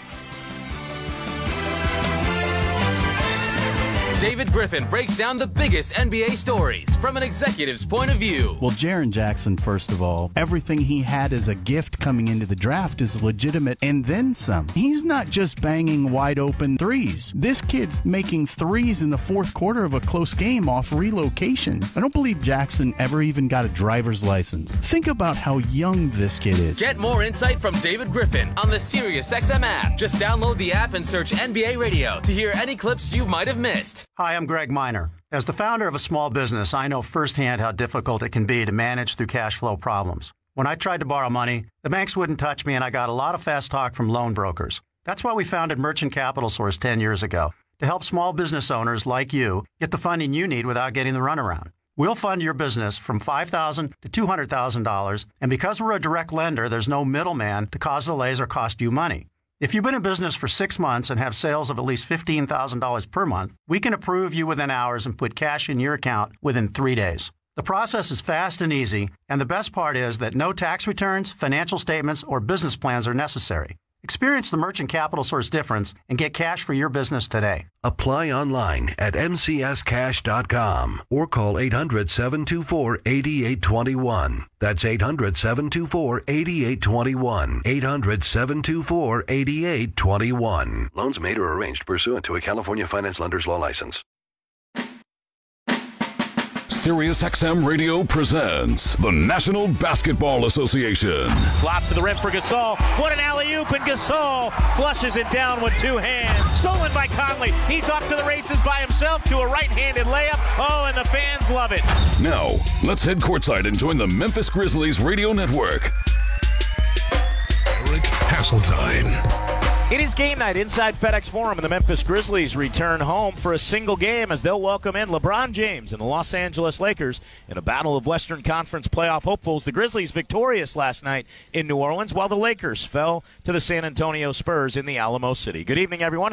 Eric Hasseltine alongside Elliot Perry. Very happy to have you along with us on this Saturday night as both teams come in on the second night of a back-to-back. The Lakers a little bit dinged up. Brandon Ingram not on the trip with Los Angeles. Still no Rajon Rondo for Luke Walton squad, but once you have LeBron James, kind of everything else seems to fall in place. And this Laker team playing much better basketball as of late as they come in off that loss last night to the San Antonio Spurs at a record of 15-10, while the Grizzlies a half game ahead of them in the standings at 15-9. As for the Grizzlies, it was their defense once again leading the way last night, trailing by 8 in the fourth quarter. The Grizzlies locked in defensively, held the Pelicans without a field goal for the final 5+ minutes, and they were able to come away with a big road victory in the Big Easy last night. To find out how they can make it 3 straight wins after knocking off the Clippers here Wednesday night, we'll bring in Elliot Perry for tonight's edition of Pressure Points, key elements for a Grizzly victory. A little bit later on, it's the Toyota starting lineups and the opening tip. Grizzlies and Lakers inside a sold-out FedEx Forum here tonight on the Memphis Grizzlies Radio Network.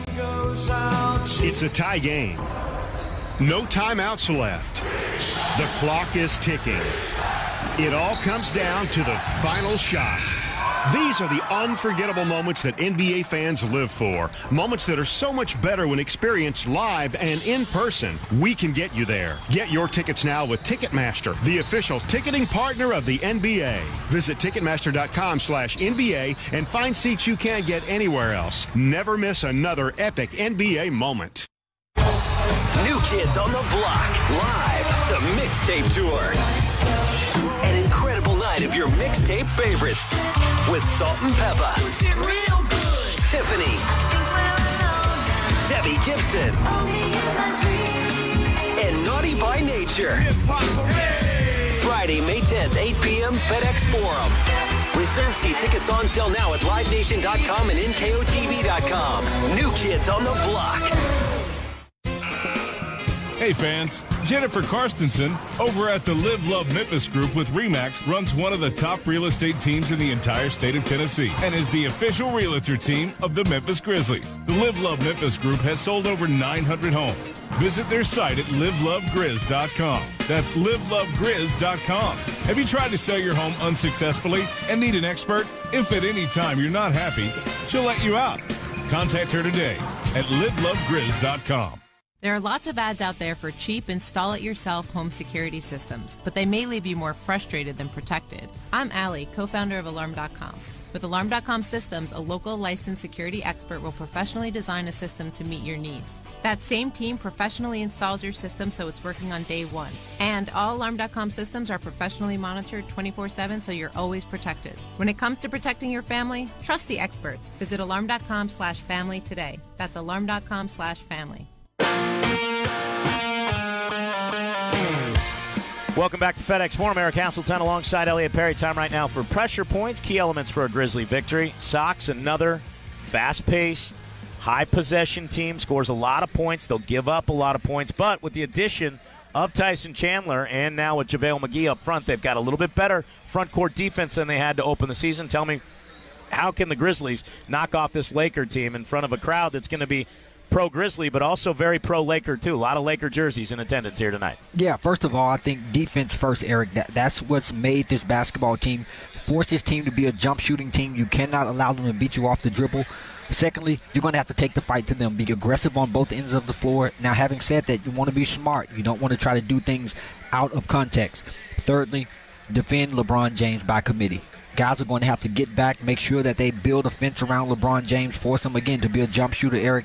And then we always know you want to limit that third player from having a big game. You know there may be one other player that has a big game, but you don't want three guys to have a big game. Mike and Mark are going to be critical in terms of setting the tone for this basketball team tonight. I mean, it's going to be that they come out and be aggressive, Eric, and take the pressure off of their role players. And then the last thing would be the others. We talk about that all the time. I thought last night the Grizzlies did fantastic in terms of their bench. 53 points off the bench. You add Cal and also Garrett Temple to that. That was 81 points between the others, and so we need that kind of productivity tonight. Yeah, it was the way that the Grizzlies were able to overcome that 8-point fourth quarter deficit. It was again with defense after holding the Clippers 31 points below their average. They almost did it again last night, but the Pelicans, it wasn't 31, but it was in double digits below their average. They'll look to do the same again tonight in their first look at this year's version of the LA Lakers. When we come back, we've got your Toyota starting lineups and the opening tip. Grizzlies Lakers tonight from FedEx Forum on the Memphis Grizzlies Radio Network. The live show you just have to experience. And a little bit of Zach Brown Band. Down the Rabbit Hole. Live. Saturday night, March 30th. FedEx Forum. The multi-platinum, Grammy Award-winning Zach Brown Band.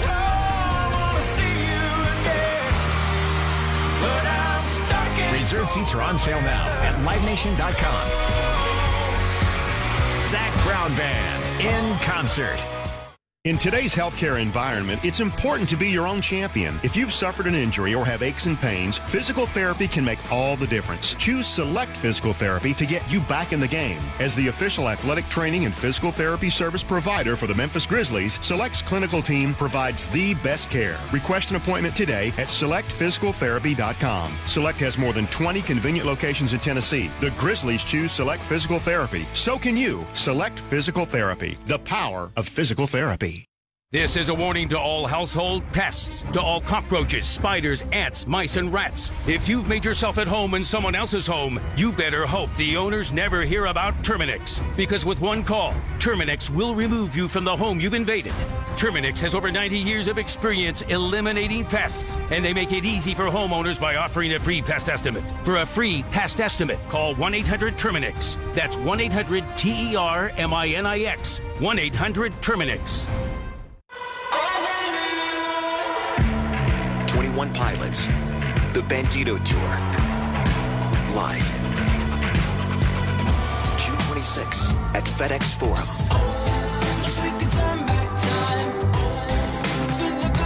Tickets on sale now at LiveNation.com and Ticketmaster.com.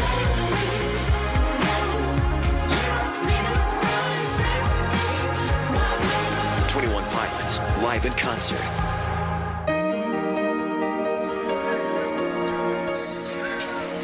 Before we continue with tonight's broadcast and get to the Toyota starting lineups, let's give you a 10-second pause for station identification as you listen to the Memphis Grizzlies Radio Network. Hey guys, it's Nick Wright, and right after the dog is me every night, 6 to 8 p.m. Eastern, What's Right with Nick Wright on Mad Dog Sports Radio, Sirius XM, Channel 82. Time for tonight's Toyota starting lineups. Toyota, let's go places. First for the visitors from Los Angeles, they line up like this. In the backcourt, Lonzo Ball, 6 feet 6 inches tall, 190 pounds in his second season out of UCLA. Joined by Josh Hart, 6 feet 5 inches tall, 215 pounds. He's in his second season out of Villanova. The center is JaVale McGee, 7 feet tall, 270 pounds, now in his 11th season out of Nevada. And the forwards are LeBron James, 6 feet 8 inches tall, 250 pounds out of St. Vincent St. Mary's High School in Akron, Ohio, now in his 14th NBA season. And Kyle Kuzma, 6 feet 9 inches tall, 220 pounds in his second year out of Utah. The head coach of the Lakers is Luke Walton. He's assisted by Brian Shaw, Jesse Mermius, Brian Keefe, Mark Madsen, and Miles Simon. The head athletic trainer is Marco Nunez. Let's meet the starters for your Memphis Grizzlies. Mike Conley, point guard, number 11, from The Ohio State University, 6'1", 180. Garrett Temple, number 17, Louisiana State University, 6'5", 195. Marcus Hall, number 33, from Spain, 7'1", 260. Kyle Anderson, number 1, UCLA, 6'9", 235. Jaren Jackson Jr., number 13, Michigan State University, 6'11", 235. And the head coach of the Memphis Grizzlies, J.B. Bickerstaff, assisted by Chad Forcier, Jerry Stackhouse, Greg Buckner, Vitaly Potapenko, Nick Van Exel, Adam Masry. The head athletic trainer is David Crew. Grizzlies will don the white jerseys, dark blue letters and numbers, logo on the left side of the shorts. Lakers in purple jerseys with yellow numbers and letters with white trim, and a black stripe down the sides of the jersey and shorts with yellow and white trim there. From our vantage point, Grizzlies will move right to left on the radio dial. And it'll be JaVale McGee and Marc Gasol to jump center. Your officials for tonight's game, Ed Malloy, JT Orr, and Natalie Sago. And your Campbell Clinic Conditioning Report. Campbell Clinic, the official sports medicine provider of the Memphis Grizzlies. Inactive. For the Lakers, Alex Caruso, Brandon Ingram, Rajon Rondo, Jonathan Williams. And for the Grizz, Dylan Brooks, Javon Carter, Ivan Rabb, Yuta Watanabe. Also no Chandler Parsons. Ball tossed in the air. Gasol wins the opening tap, and we are underway. Conley will bring it into the front court. Lobs up top for Gasol as the fans sit down. And capacity crowd expected. Still some fans late to get to their seats as Conley has it top, picked up by Lonzo Ball. To the right wing for Temple. Temple onto the block for Gasol against Kyle Kuzma. Back out Temple, open look at a right wing three, off the iron. Great look. And the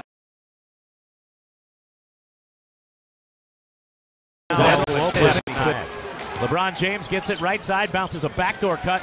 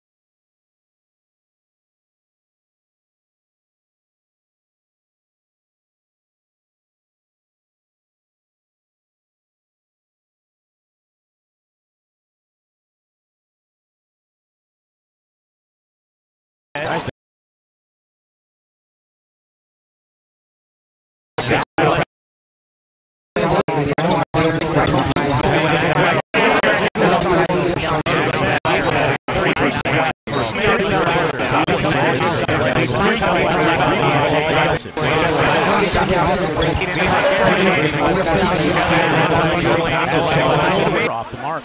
Just keep backing them down, keep backing them down. They're going to have to double team. You don't have to shoot a fadeaway against a 6'4" guard. And back the other way, Kuzma steps into a top-of-the-arc three. Rebounded by Anderson. Grizzlies on the run. Conley stops, jumps it for the trailer. Anderson blocked from behind by Hart. Saves it to Temple. Open three, in and out. Boy, that would have been a nice look right there. Temple couldn't connect. And the Grizz set up their defense. James drops it right wing for Lonzo Ball. He'll fire a three. That one's off the mark. Rebound tapped by Gasol. And McGee, it goes out of bounds off of JaVale McGee. Well, that's something we talk about. You know, try to defend LeBron James as a committee, Eric. Force him to be a passer and force those other guys to take some shots. I mean, you know, Ball is capable of knocking down that shot, but, you know, his percentages are lower than LeBron's. 8:50 remaining. 5-4 Grizz by one. Conley on a cut. Kicks it left corner Temple. Another three. Try this one in and out again. Boy, Garrett is not missing by much. I like the looks. And the Grizzlies are firing away, just not getting it to fall early on, starting 2 for their first 8. But they lead 5-4. LeBron James left wing for Kuzma. Thought about a step-back three. Jackson closed out. Kuzma gives for Ball. He'll hoist another three. This one off the mark again. Gasol with a rebound. Baseball pass ahead to Conley. Conley, right sideline. Thought about a three. Feeds for Temple, and Temple's bumped by Jason Hart. Well, Eric, you think about the looks that Garrett Temple is getting. All good looks. Great We looks. talk about that. When you take shots in rhythm, more than likely they're going to fall. Look, those are some of the best looks you're going to get, and he's capable of knocking down those shots, so you want to see him continue to be aggressive. Right side, Kyle Anderson. LeBron James on Kyle. Kyle hands it off right wing for Temple. He'll turn the corner at the top of the key. Kicks left corner Jackson. He'll hoist a three, and he stepped out of bounds. JT Orr right there, and Jaren got to have a little bit better court awareness than that. Well, and also I think you're going to have one guy at least in, Eric. When all 5 of your guys are out on the perimeter, it's just easier to guard because the help guy is so close. Jared is going to have to continue to dive to the basket, and he's going to have to rim run early in the offense as well. Left wing, James with it.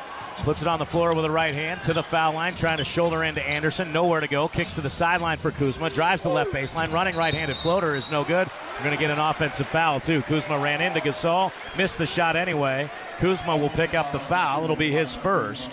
And the ball will go back to the Grizz on the turnover. They had the rebound either way. It was not going to be Laker ball. And Gasol, we look at the replay, just stood right there. And boy, you know what?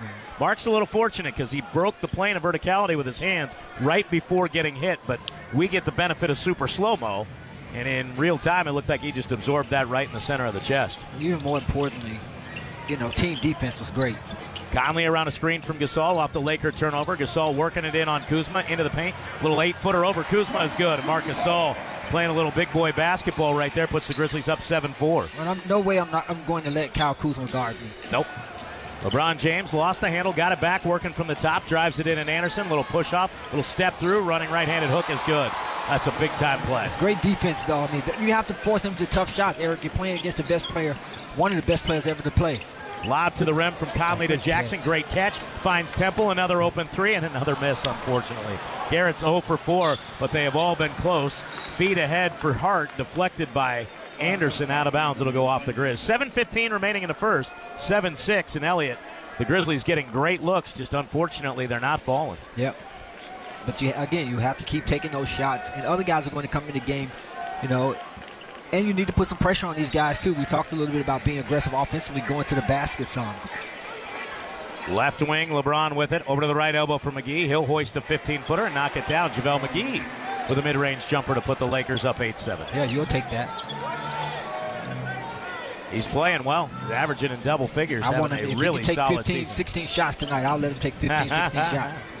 Yeah, because it means a guy named LeBron's not taking those 15, 16 shots. Temple gives right wing for Kyle Anderson. Anderson to the foul line. Kicks it out left wing for Conley. 3 on the shot clock. Conley in it ball. Running right-handed floater off the window. Good defense by Lonzo Ball, and Conley came up way off the mark there. 8-7, Lakers by 1 with the ball. James in the lane, driving at the Grizzlies defense. And he draws contact. He'll get the foul. He'll have free throws when we come back. 6:35 remaining here, first quarter, 8-7. Lakers by 1 on the Memphis Grizzlies Radio Network. When you buy a new Ford F-Series truck during our holiday sales event, you're not just buying a truck. You're sending a message to the world that says, yeah, I can help. Because now you're the friend with the Ford truck. You'll move coworkers, haul lumber, and build everything from tree houses to Serenity sheds. Now you're the one everyone counts on, and you wouldn't have it any other way. Ford F-Series, built for the holidays. Built Ford proud. Of course the holidays are about giving, but we all remember the one gift, the one we wrote letters asking for and finished all our vegetables for. At Bass Pro Shops and Cabela's, you'll find big savings on great gift ideas, like Cabela's Multi-Tools, 2 for $10. Save 25% on children's jumbo play sets, now under $30. And select Columbia men's and ladies' full-zip fleece jackets, starting at under $30. Find store locations and more great deals at BassPro.com and Cabela's.com. At AutoZone, we're all about getting you the products you need so you can rely on your ride to perform, especially in the coldest conditions. If you want a battery you can rely on no matter the elements, go with Duralast. They're specially made to help your vehicle power through even the coldest weather. Duralast, proven tough, and available only at AutoZone. Visit any of our 5,500 locations nationwide and let us do more for you. Restrictions and details in store. Get in the zone, AutoZone. Hey, hon. Hey, babe. You know that skateboard? Oh, no. How bad? A sprain, maybe a break. We're headed to the... No, not the ER. Go to Campbell Clinic after hours in Germantown or South Haven. We don't have an appointment. You don't need one. With Campbell Clinic after hours, you can walk in, get treated, and get home. Okay, we're headed there now. Campbell Clinic Orthopedics, the official sports medicine provider for the Grizzlies, Redbirds, and Tigers.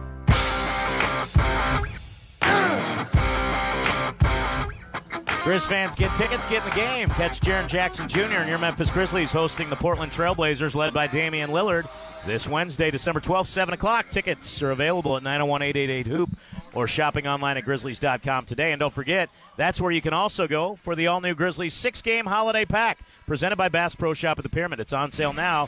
You'll get to see these very Los Angeles Lakers, the Golden State Warriors, the Boston Celtics, and more, starting at just $120. You'll also receive a Grizzlies fleece blanket and a $10 gift card to Bass Pro Shop with a purchase of this pack. Call 901-888-HOOP or go online at Grizzlies.com now. They called the foul on the ground before the timeout, so the ball to the side for the Lakers. 6:34 remaining here in the first quarter, and the Lakers lead early 8-7. James, top of the arc, feeds left wing for Lonzo Ball. He's missed a couple of threes. Shelvin Mack in the game, covering ball. Step back three over Mack is off the back iron twice, no good. Rebound back tap by McGee. Out to James, straightaway three from deep is no good. McGee taps it on the window, grabbed by Jaren Jackson. Grizzlies come away with the defensive board there after giving up one offensive rebound. Anderson drives by two Laker defenders to the rim, lays it up and in, and the Grizzlies regain the lead 9-8. Just a nice move by Anderson. Change of direction. Eric was able to hesitate and get to the basket. Those long strides from the man they call Slow-Mo get him on the board. 4 of the 5 Grizzly starters have scored. Only Mike Conley has not. Hart in the lane, a little fadeaway 14-footer. Tough shot for the former Villanova Wildcat. He knocks that down, and the Lakers regain the lead 10-9. Ball harassing Mack up the right sideline. Shelvin gets it in the front court and brings it over to the left wing. Now gives top of the arc for Gasol. He'll hand it off right wing for Kyle Anderson. Anderson with the dribble. Lobs into the lane. Deflected by Kuzma. Grabbed by Hart. He had a good look. He had Gasol, but he could not get there. James in transition gets to the rim, lays it in with a left hand. That's the problem. If you turn it over, they are looking to go, go, go. 12-9, Lakers with their largest lead. Absolutely. They can change ends with the best of them. Temple brings it up ahead for Gasol against Kuzma. Mark on the floor with a dribble. Double team comes, kicks it out. It got deflected. Jackson will go get it, but down to 5 on the shot clock. Jaren gives for Mack. Mack working on Hart. Has to fire a right sideline three. Ring it up. Put 3 on the board. Shelvin Mack with the high arcing triple. And they tie the game at 12. Kuzma into the lane. Goes at Jackson. Running right-handed. Hook off the window is good. He absorbed a little contact from Jaren. Created the space, and Kuzma with a nice shot. Yeah, and I just think their offense needs to be Mark Gasol on the post. Jackson steps into a transition three that's off the mark, rebounded by the Lakers. James, a behind-the-back look for Kuzma that almost goes out of bounds, but just because he tries it, he gets oohs and ahs from the crowd. Now Mac going to get a reaching foul here, just the second team foul. Won't be shots. Marshawn Brooks, JaMychal Green check in for the Grizz. Lance Stevenson and Tyson Chandler in for the Lakers as JaVale McGee and Alonzo Ball sit down. We'll also get Svi Mykhailiuk, rookie out of Kansas, sharpshooter. He's going to check in, and he's going to grab Jason Hart. Well, Mykhailiuk hasn't played many minutes.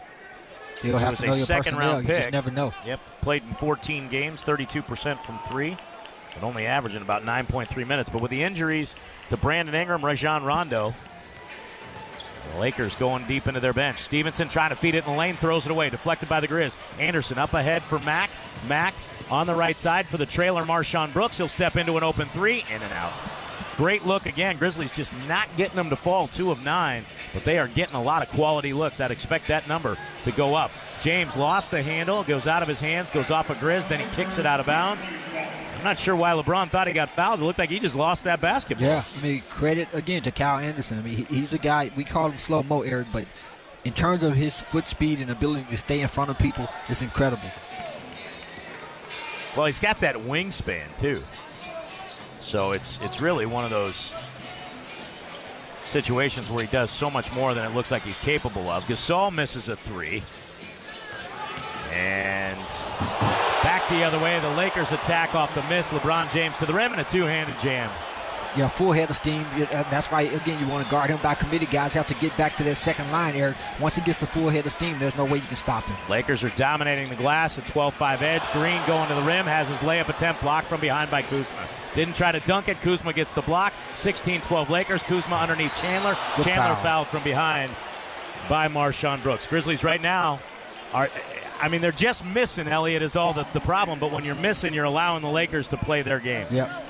Hey, you know, you mentioned JaMychal Green. He has to dunk that. There's no question about it. Yep. These guys are very long. They're athletic. And once you miss a shot, Eric, you can see they can get out in transition. And once they get out in transition and in space, you know, they can play with the best of them because of their youth and athleticism. First one for Chandler is good. Tyson Chandler, who played high school basketball for a season with Tayshaun Prince in the Grizzlies front office. 63.4%, 26 makes, 41 tries, began the season with the Suns and was let go and picked up by the Lakers. And that's why you want to force them to play half court. You want to dictate the pace against this team, be physical with them, and don't allow them to play in space. Contavious Caldwell-Pope into the game. So a lot of bench players for Luke Walton. Grizzlies down by 6 after the 2 free throws for Chandler are good. It's the largest lead tonight for the Lakers. Brooks into the lane, feeds left wing Mac. Open look at a three. He's going to be short. Rebound, though, saved by Noah, and no one there. Everybody for the Grizzlies dropped back, and Noah had nowhere to go with it. Kuzma driving it in at Noah. Little pump fake up on the window. Missed the shot. Good defense by Noah. No foul called, and here come the Grizz the other way. Back in transition, cut off by Stevenson, gives for Noah. Back to Chauvin. He'll try another left wing three. This one no good. Grizzlies have now tried 12 threes, Elliott, and that's 12 of their 19 shots, and I'll be honest with you, it's not who they are. And it's starting to look a little like they're playing the Laker game, and the Contavious Caldwell-Pope fires in a three. All of a sudden, it's a 9-point Laker lead. Lakers right now on a 7-0 run have built a 9-point lead. 2:46 remaining in the first, 21-12. Lakers on top on the Grizzlies Radio Network.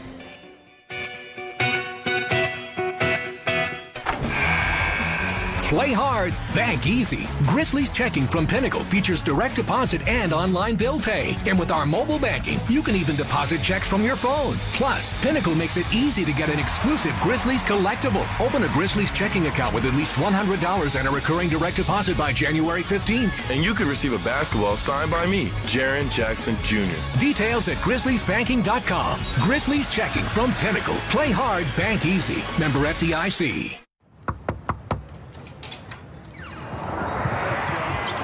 Seats are amazing.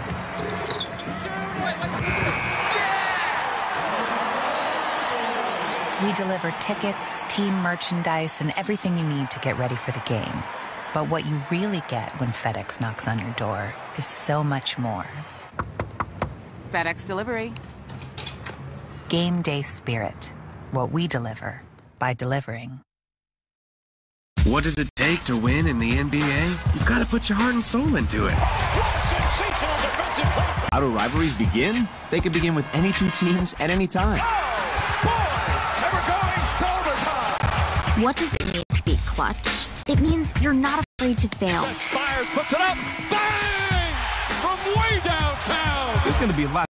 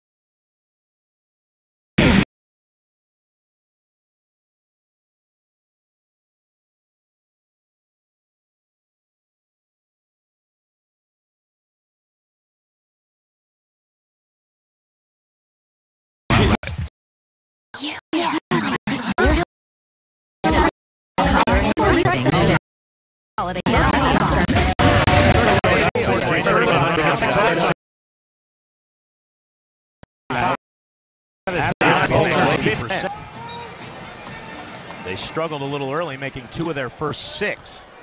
They are 7 for their next 12, and the Grizzlies have not found any rhythm. 5 of 19 overall, 2 for their last 8. 21-12, Lakers by 9, 2:34 remaining here in the first quarter. Bounce to the foul line from Conley to Noah. Noah feeds for a cutting Omri Caspi's held by Mihailuk. It'll be the second team foul on the Lakers. And because it's 2:28 remaining, there still are fouls to give for the Lakers. Inbounds comes for Conley. Conley over to the right side. Cut off by a double team. Out to JaMychal Green. A left sideline 3 try is no good. Lakers are daring the Grizzlies to shoot, and the Grizzlies aren't making them. Yep. They're 2 for 13 in the first quarter. 2:15 remaining here in the first, and the Lakers with the ball and a 9-point lead. Kyle Kuzma back in the game. Gives for Lance Stevenson. Stevenson, little stutter step to the elbow left side. Misfires from 15. Rebounded by Noah and given to Conley. Conley up the left side of the floor. Conley into the lane. Jumps it over to the left side for Brooks. Brooks didn't shoot the 3. Working at Stevenson. 2 proven scorers, and Brooks gets into the paint and floats it up and in. A much needed hoop for the Grizz. Definitely much needed hoop, but not a 3-point shot. Eric put the pressure on the defense, drive to the seam of the lane, knock down a nice 12-footer. Minute 40 remaining. Stevenson with it. Right side feed Caldwell Pope. He'll give for Kuzma. Matched up with JaMychal Green. 7 on the shot clock. Kuzma with a lefty dribble. Spins back to his right to the baseline. Shouldered in. Got over the back side of the backboard, and he shoots it from behind the side and over the top and in. Kuzma with a tough angle. Knocks it down. It's a big-time shot right there. 23-14. Yeah. Because he wasn't directly behind it, it is a good basket. Conley into the lane, little running right-handed floater that he forced, no foul called. Rebounded by the Lakers, long lead out ahead from Mihailuk. He'll hand it off Caldwell Pope, quick trigger right corner 3, in and out. Rebound loose, and Chandler took it away. Chandler and Noah were battling. Kuzma now matched up with Conley, going to clear out the side. Noah trying to come for help, cannot. Mihailuk on a drive, gets to the rim, lays it up and in.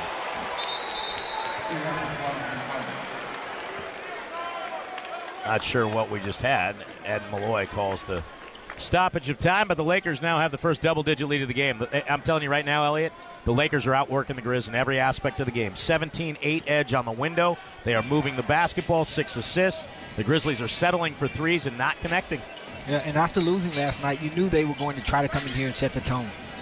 They have done just that with 45 seconds remaining in the first. A lot of basketball left, but the Grizzlies find themselves down 11. Noah feeds right wing for Brooks. Marshawn into the lane, lobs for Joe Kim, and he goes up, tries to tap it in, can't do it. Mihailuk back the other way, drives it in at Caspi. A little runner blocked by JaMychal Green. Mihailuk got it back, though. Kicks it out for Chandler. Back out deep right wing, Kuzma. Kuzma with 10 on the shot clock, 21 on the game clock. Kuzma working at Noah, a couple of dribbles. Kicks it over left wing, Stevenson. Stevenson shoulders into Brooks, floats it up and in as he spins into the paint. It is all Lakers here in the first quarter. 27-14, Lakers on top. Shot clock turned off. Brooks with it. 7 seconds, 6 seconds. Stevenson had a foul to give. He uses it with 5.7 remaining. And the ball will go to the side. The Grizzlies going to have some work to do here in the second quarter. Well, we talked about trying to make it a physical game and a slow-paced game, Eric. I mean, this is their pace, plus they're able to play in space. That time, Lance Stevenson was able to play one-on-one, spin, knock down the shot. That's his game. You're shooting 6 of 23, 2 of 13 from long range. Lakers are 12 of 24. That's how you build a double-digit lead. It's pretty simple. This one isn't complicated right now. Inbounds comes for Noah. Noah with 4 seconds, 3 seconds, works it in the lane, gets to the rim and spins by Kuzma, lays it up and in. Beautiful move, Joakim Noah going to the rim. Yeah, nice move. 27-16, Hart takes the inbounds pass. I don't know that he got it away on time. They held a hand up like it would count. I think if they would have reviewed that, he did not get it away. It came up off the mark either way. First quarter in the books. Lakers have a 9-point lead. Second quarter action coming up on the Memphis Grizzlies radio network. Growling over your car insurance, Grizz fans? Here's something to really wave your growl towel about. Direct auto and life insurance can get you the coverage you need, the services you want, and the respect you deserve, regardless of your driving history. Direct makes it easy for you to manage your insurance and get a free quote whenever you want. Score big savings with their flexible payment options, low rates, and discounts. To learn more about all of their pleasant surprises, call 1-877-GO-DIRECT. Click or come into any of their local stores. Toyotathon is on with great year-end deals. Now through January 2nd, get any stylish new 2019 Corolla sedan with $2,000 cash back. Or get a low-mileage lease on the sporty 2019 Camry LE for $239 a month. For 36 months with $29.99 due at signing. With approved credit through TFS. Tax, title, and license extra. Call 1-888-36-TOYOTA for details. For all Toyotathon offers, see your Toyota dealer or go to buyatoyota.com. Toyota, let's go places. I'm here with the Rendezvous's first female waitress, Joanna McKee. First thing, how was it being the first female waitress at such a legendary place? I have to say it was pretty awesome, but it's also nice to be sharing the spotlight now. I hear things have changed regarding reservations at the Rendezvous. They have. Last December, we started taking reservations for parties of 8 or more, and that was a really big hit, so we've been doing it ever since. Nice, Joanna. Yeah, we're just trying to make it easier for people to come down here. We also are doing something great called valet parking. So we subsidize with the valet parking companies to try to keep the price down. It's only $8, which is really cheaper than most of the parking garages in our area. What about picking up food to go? Where can one park for that? Do you have to pay for parking? You do not have to pay to park. You just pull into the alley, pull up to the parking sign, put on your flashers, and we'll have you in and out in about 10 minutes. So takeaway is you can now make reservations for parties of 8 or more. Valet parking is available. If you want a little rendezvous at home, you guys and gals make it easy. You got it. The Rendezvous, a family restaurant in the alley in downtown Memphis since 1948.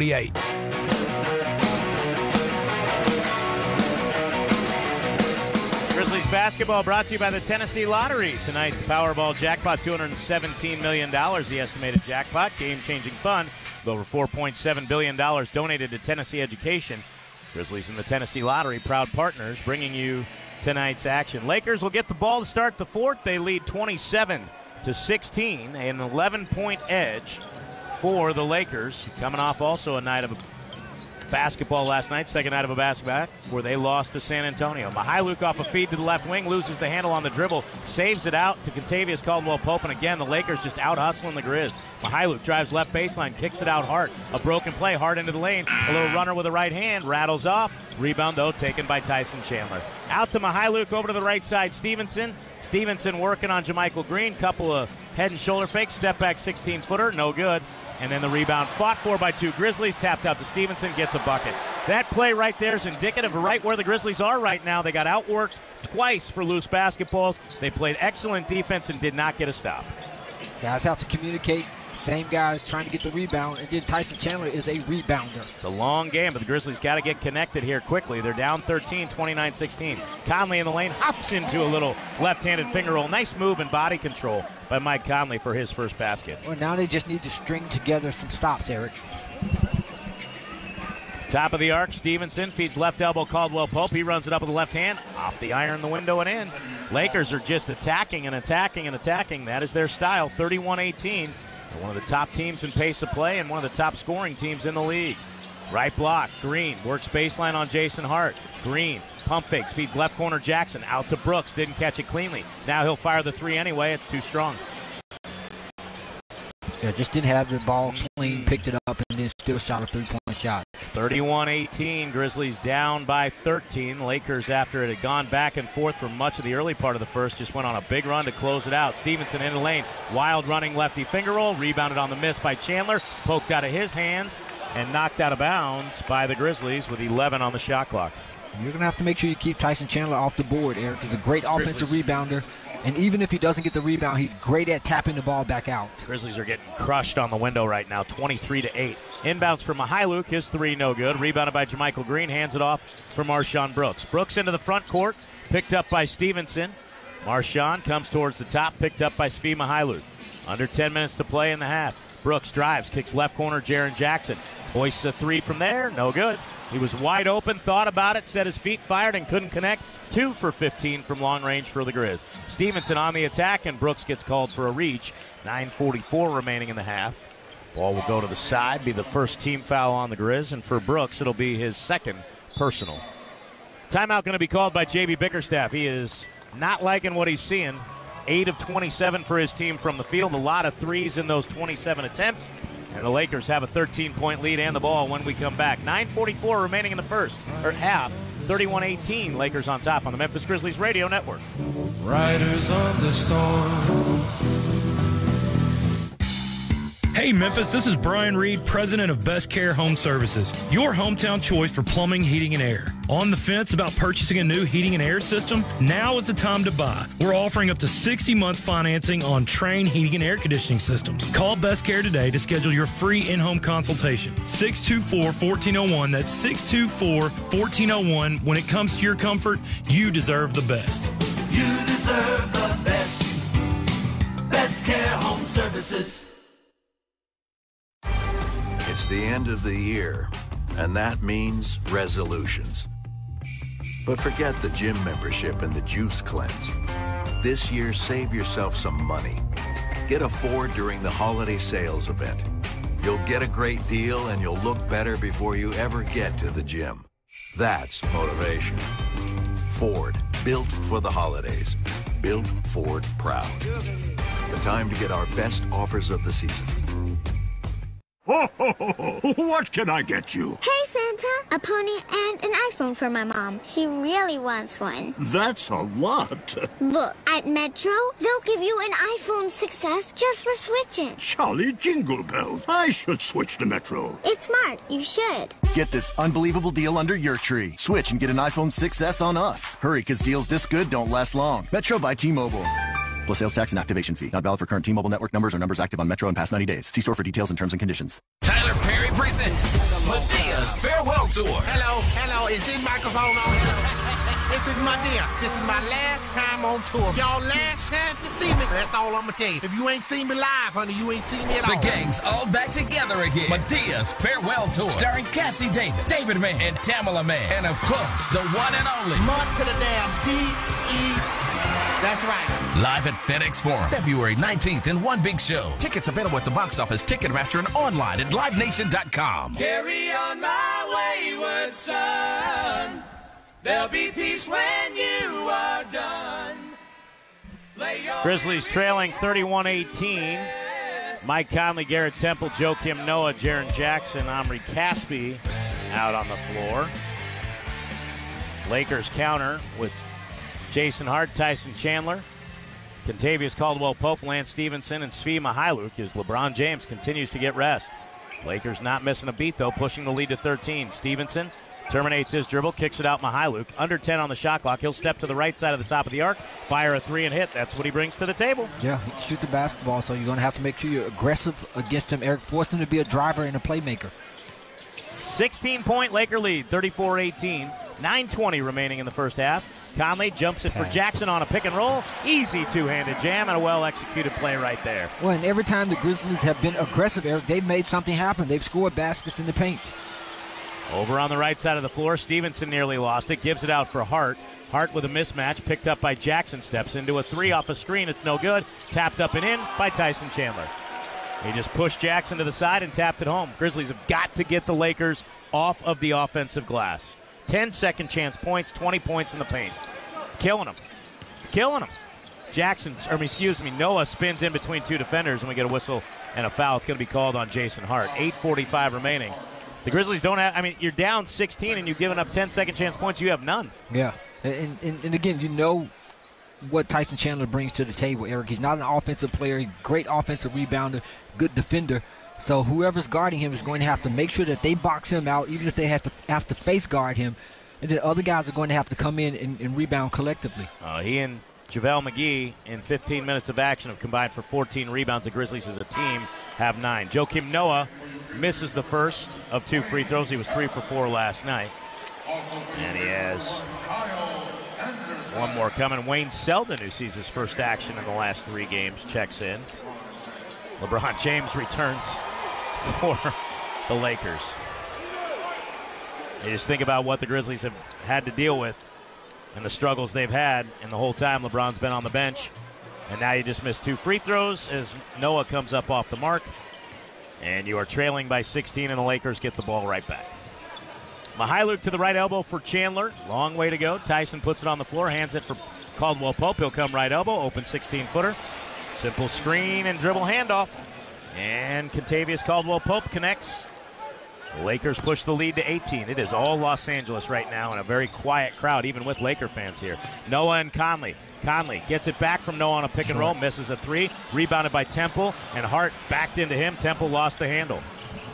Back the other way. Conley gets a steal as the Lakers tried to attack. Conley back the other way down the floor. Missed the layup. Tried to get contact. Didn't finish the play. The Grizzlies are overthinking things right now. James launched to the floor drive. Hangs in the air. Scoops wildly. Missed it. Rebound tapped around. Still tapped. Tapped by Chandler out to Hart. Whistle and a foul. You have to come up with those 50-50 balls. They're doing a good job, Eric. If they can't get the rebound, tapping it back. And then their guards are doing a good job of pursuing the basketball. 7:55 remaining. And the foul called on Kyle Anderson, his second. Ball to the Lakers, 10 on the shot clock, 38-20. They have the lead with 7:47 remaining here in the half. James at the foul line, couple of pump fakes, fades away, shoots over Anderson, comes up short, tried to dial the contact, and Kentavious Caldwell-Pope grabs a rebound. Out to Hart, open 3, got it. And just not hustling. Nope. You have to pursue the basketball, Eric. Got to call it like it is. Watching and not pursuing the basketball. If there's a free basketball, you have to go after it. Grizzlies are getting whipped right now. There's no other way to put it. They're just not. They're getting out-hustled. They're getting out-worked. Still plenty of time to get it back, but now you're down 21, and it is just rolling the wrong way at every turn. Kyle Anderson into the lane, bounces for Temple, almost threw it away. Temple, 3 on the shot clock, going to have to create. Gets by Hart to the rim, lays it up to the right hand, got it to go. Nice move by Garrett Temple going to the rim. Yeah, good aggressive move. Again, try to string together a few stops, Eric, and then play a 3-4 minute stretch where you can outscore these guys and get back in the game. It's a 27-10 run from the time it was 14-12. Hart, another 3 from the left wing, knocks that one down, and now all of a sudden the Lakers just can't miss. Hart's got back-to-back triples. He's got 8, and it is a 44-22 Laker lead. Selden, top of the arc, comes to his left around a Noah screen. He'll pull up for a bank shot from 8 and knocks it down. One Kansas Jayhawk on another as Selden cuts the lead to 44-24. Tough shot. You got 6 minutes, 30 seconds remaining. You're down 20. You got to get this under 10 if at all possible. At that point, you go in the locker room and you try to make some adjustments. Hart, step back left wing 3 for another one, rattled it home again. 3 straight, Jason Hart. All Lakers, 6:16 remaining, 47-24. They have gotten on the top side of this game, and they are coming at the Grizz aggressively. 47-24, Lakers on top on the Memphis Grizzlies Radio Network. It's football season and the kids are in school. Winter season is just around the corner. Now's the time to start getting ready for colder weather. Why? Gibson Propane is offering fall savings with prices that make it easy. Sign up with Gibson Propane and fill your tank today to take advantage of this hot propane deal. Gibson Propane delivers the safest and most reliable service, including forklifts, dispensers, and temp heat for construction. Don't be left out in the cold this winter season. Call Gibson Propane today at 901-363-0101 or 1-800-AmeriGas. Hey everybody, this is Pete Pranica. Grizzlies basketball is here, and nobody knows Grind City Hoops like Fox Sports Southeast, home of your Memphis Grizzlies. Oh, my goodness! Don't miss Grizzlies live before and after every game with Rob Fisher, Chris Vernon, Brevin Knight, and me. Down the lane. And with every game streaming live on the Fox Sports app, you'll never have to miss a second of the action. Bingo! It's game time, Grizz Nation, and Memphis Grizzlies basketball lives on Fox Sports Southeast and the Fox Sports app.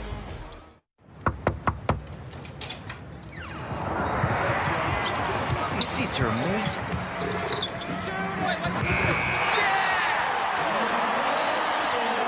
We deliver tickets, team merchandise, and everything you need to get ready for the game. But what you really get when FedEx knocks on your door is so much more. FedEx Delivery. Game day spirit. What we deliver by delivering. A good night's sleep starts with the right pillow. That's where MyPillow comes in, and we're excited to announce the new 4-pack special. Go to MyPillow.com, click on the 4-pack special tab, and save 50% off the 4-pack, which includes 2 MyPillow premiums and 2 Go Anywhere pillows. Call 1-800-266-4719. That's 1-800-266-4719. Take advantage of this limited time offer. Go to MyPillow.com now. Click on the 4-pack special tab and use promo code COMFORT at checkout.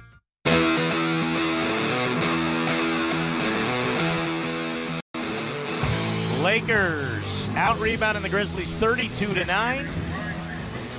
And the Grizzlies shooting just 34.4%, including 2 of 16 from 3. It's a 23-point Laker lead. Grizzlies will have it out of the timeout still. A lot of time left. Got to put on a run at some point here. Give the gift of basketball this season with Grizzlies holiday basketball camps presented by Nike. Register your child age 7 to 16 for a 2 or 3 day session over winter break at one of the 3 locations that are having these holiday basketball camps, one of them including the Grizzlies practice court. Holiday camps feature skills training, giveaways, guest appearances, and tickets to a future Grizz game. To learn more, visit Grizzlies.com/camps. Marc Gasol back in the game, drops it off left wing for Wayne Selden. Selden to the foul line, gives left sideline Green. Onto the block, left side Gasol, works it in on McGee. A little bump, running right-handed hook is no good. They'll call the foul on the ground, though. So JaVale McGee gets called for his second team foul, and he didn't like the call from Ed Malloy. Well, and one of the other things that's been absent, Eric, is being able to get out in transition, force some turnovers against this basketball team, get out in transition, and get some easy baskets. Well, they have 6 fast break points. You have none, even though they've turned it over 5 times. Selden at the foul line, 9 on the shot clock, brings it out, gives for Gasol. Back to Selden. Selden to the baseline, drives it in the lane, powers it up on the window inside of McGee and lays it up and in. Selden with a couple of buckets off the bench, and it's 47-26. You got to string together 3-4 stops here. Lakers are just playing with a ton of confidence right now. Lob to the rim for McGee and over the back. They're going to call a loose ball foul on Shelvin Mack. Natalie Sego on the baseline says Mack threw his backside into JaVale McGee before he could catch the ball. J.B. Bickerstaff doesn't like the call. I'd have to see the replay. I did see Mack make contact. We're not seeing it on the television network. We're seeing Wayne Selden's hoop first. Nonetheless, the Lakers keep it, 10 on the shot clock. Hart, right side. He'll try a wing 3 there. That one's no good. He made 3 straight from the left wing, misses from the right side, and the Grizzlies clear the miss. 5:25 remaining in the half. Mack turns the corner around a Gasol screen, tried to go under, fed it through the lane and hit the bottom of the backboard. Goes to Anderson, who finds Green, who knocks in a 3. Bring it up, put 3 on the board for JaMychal Green. And the Grizzlies cut it to 47-29. James turns the corner, gets to the rim. I'm not sure how he got so free off that screen. No help side defense, and LeBron James scores, has 10 in the ballgame. Well, and as good a defender as Kyle Anderson is, you're going to have to give him some room, Eric, out by half court. 49-29. Gasol, a left wing 3 back the other way. Ring it up, put 3 on the board. Grizzlies connect on back-to-back triples. 49-32. Can the Grizzlies cut this down below 15, 12, maybe even 10 before the halftime break? James with it between the circles to the right side. Mack double-teamed out to Caldwell Pope. He's a good shooter, gets an open look and knocks it down. They've got shooters all over the wing, and the Grizzlies are getting caught gambling, and they're leaving guys wide open. 6 of 16. I'm sorry, but that's where you can communicate. That just could simply be a switch. Gasol tries an entry feed for JaMychal Green. It was a lazy pass. It was deflected. Lakers in transition say the Grizzlies touched the basketball. Grizzlies are saying they did not. Ed Malloy says they did not. Laker fans boo. Grizzly fans cheer. Let's see if anybody touched this basketball. I think Kyle absolutely touched it. Kyle got away with it. It went right off his fingertip. There is no doubt about it. His finger definitely moved. Grizzlies catch a break, down 52-32. After they had just cut it to 17, and then Kentavious Caldwell-Pope pushed it back to 20. Left wing, Selden, off a screen from Gasol to the foul line. Nowhere to go. Lobs for Green. Terrible pass. Taken away easily by Jason Hart. Grizzlies sloppy with the ball. Hart powers it in at Selden. Selden knocked it free. McGee missed the layup. Grizzlies can't corral it. McGee to Hart. Hart in the lane, fouled by Gasol. Yes, the ball is out there. You cannot get it for whatever reason. It's one of those nights, man. Yep. The Grizzlies are not valuing their passes. Mark, on the previous possession, tried to throw a quick entry feed to JaMychal Green. He did not hold his defender off. Then Wayne Selden right there just threw a lazy lob thinking it would go easily, and Jason Hart overplayed it again. Back-to-back turnovers for the Grizz, and then after McGee missed, the Lakers just went and got it. They're just beating the Grizzlies to every loose ball. This is so much like the opening night debacle in Indianapolis. It's ridiculous. The rebounding numbers are incredibly skewed, and the Grizzlies just simply can't buy a hoop. But they're not getting any stops because every time they give up or get a stop or a missed shot, the Lakers are getting an offensive rebound. They get 14 second chance points. Yeah. Grizzlies have none. Yep. You're just not going to win in the NBA that way. Hart made the first, makes the second. 15 second chance points. All Lakers. Hart has 13, James with 10. Kentavious Caldwell-Pope with 10. And they've outscored the Grizzlies by themselves 33-32. It's 54-32 overall. 3:35 remaining. Still, again, a ton of time. Conley to the right side for Mack. Mack to the right baseline, and we get a defensive or an offensive 3-second. Marc Gasol standing in the lane. Boy, everything. It's just one of those snowball effects, and you've been there before, Elliot. When things start going wrong, everything goes wrong at once. Well, and guys are going to have to make sure they keep a good frame of mind, Eric. You can get back in this basketball game. There's a lot of time left, but you're going to have to string together some stops, like you said. You got to cut into this before halftime. That's offensive. Now an illegal screen set by JaVale McGee as he takes Kyle Anderson out. 3:25 remaining. You've got to cut into this lead in the final 3:25 here and get some momentum moving into the second half. Well, and don't freeze up. Don't get tense. If you're open, Eric, you're going to have to take those shots. At this point, you might as well, right? Green in between the circles, left wing for Conley. As we're going to get now another foul. Mack was running through, and McGee's going to pick up his third personal foul, running through Shelvin Mack. He'll check out. I believe Tyson Chandler would check back in at that stage, but I don't know that they're – yep, that's what they're going to do. McGee, not much of a factor offensively scoring, but has 8 rebounds, and Tyson Chandler has 10. I mean, this is just a team coming into your building and bringing more energy to the game than you have. Yeah. That's all there is to it. But, you know, I think like probably any team that loses the night before on the road, Eric, they want to come out and really try to establish themselves early in a back-to-back game. They're in a stretch of 6 of 7 on the road, and they feel like this is a big one for them. Grizzlies moved ahead of them in the standings with the win last night. Lakers trying to get back on top. Now we're going to get another whistle and another foul. This will be the 4th team foul on the Lakers. Lonzo Ball picks this one up. Jaren Jackson checks in. JaMychal Green going to check out. And the Grizz just really, really struggling here tonight. 54-32, Lakers by 22. Conley feeds it for Gasol, rolling to the rim inside the lane, and he gets by Chandler and jams with 2 hands. Perfect feed from Mike Conley, his second assist. 2:59 remaining, 54-34, Lakers with the ball in the lead. James backing down on Kyle Anderson. James out to Jason Hart, back to James, right elbow. He squares in, looks at Anderson, drives with the left hand, little off-balance floater with the right hand is good. It's just too strong. Yeah, just tough shot. I mean, again, great defense. You can't get frustrated. Mack through the lane, right corner feed Conley. Conley drives, kicks left wing Gasol, left corner Mack, back to Mark, out to the top Anderson, over to Conley. Right sideline 3 try, ring it up.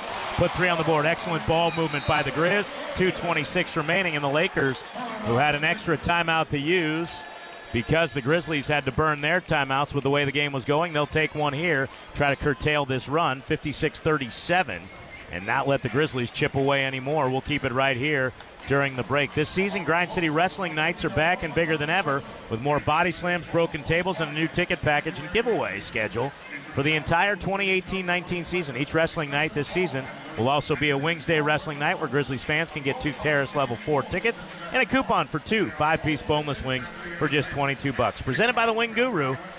The next Wings Day Wrestling Night, Saturday, December 15th, 1 week from tonight. Grizzlies hosting the Houston Rockets. For more information and to purchase this deal, visit Grizzlies.com/tickets or dial 901-888-HOOP. Well, you talk about 2 minutes and 26 seconds left in this half, Eric. Can we win these 2 minutes and 26 seconds? Can we go on a 7-0 run? You know, just even if we just win the 2 minutes and 26 seconds, go into halftime with some momentum, and then knowing that we're going to have to make some adjustments. We're going to have to put bodies on people, root them out, rebound the basketball better, and then we know who's hot right now. Hart is hot. We're going to have to push up on him, and then we're going to have to extend our defense and play a little bit more aggressively defensively and take some chances. 2:26 remaining, and you do have to take some chances now. Although you don't want to do it here because you've already got 4 team fouls. But yeah, you've got to. Like, I think the main thing on offense, like you said, is don't get complacent, don't get hesitant because you're down. I mean, you're down. Being hesitant and not trying to take good looks is going to only make it worse. So Grizzlies will set up their defense out of the timeout. LeBron James comes to the block on the left side, spins to the baseline, and Kyle Anderson going to get called for a bumping foul, and LeBron will go to the free throw line. Yeah, man, that's tough. Well, that's the problem. When you have a guy like LeBron, he can stop runs by himself. So you start making a run, they just get LeBron the ball, and he just goes and gets a bucket. Right. Or gets fouled. And prime example of us talking about guys not freezing up is the last possession for the Grizzlies, Eric. Great ball movement on that last possession, and then Mike Conley really just stepped up and made a 3-point shot. Well, the Grizzlies started 2 for their first 15. They've made 3 of their last 4 from long range. And they can get back in it. The game is played at such a speed that you can get back in the game, but it's such an energy drain to try to come back from deficits like this that you got to take advantage of every opportunity you get. Grizzlies going big. JaMychal Green, Jaren Jackson, Marc Gasol, Shelvin Mack, and Mike Conley. 2:10 left to go in the half. Grizzlies down 20 as James goes 1 of 2 from the line. Conley, left elbow, feeds for Gasol. On the left block, Tyson Chandler against him. Gasol turns, fires from 10, and hits. You just need him to consistently be aggressive, Eric. Put Gasol on the post, put pressure on their interior guys, force them to have to double team, and you're going to have some clean looks. If not, just play one-on-one against that guy. Left wing, James with it. 1:45 remaining in the half. James towards the left baseline, through the lane, into the corner for Hart. Open look at a 3, bang.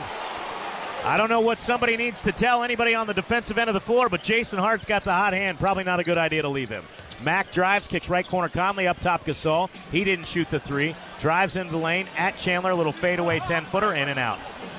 There was one where they did pass on the look, and the Grizzlies come up empty. 60-39 Lakers, minute 20 remaining in the half. Kuzma step back right wing 3, got it. The Lakers are not hesitating, and they now have 63 points on one of the best defenses in the league, and we still have a minute 7 remaining in the half. All Lakers here in the first 24 minutes after about 6 minutes of the first quarter. 8 of 18 from 3, 25 of 50 from the field. Right block, Jackson working on LeBron. Jaren tries to go up and under, feeds for JaMychal Green. Green fouled by Lonzo Ball. Oh, good job pass, by Green to pin ball underneath the basket. But with 53 seconds left, the Lakers have a 24-point lead, playing with a ton of confidence. Well, and they're going to have to make sure. We talked about this. When you go in at halftime, you're going to have to make your adjustments, Eric.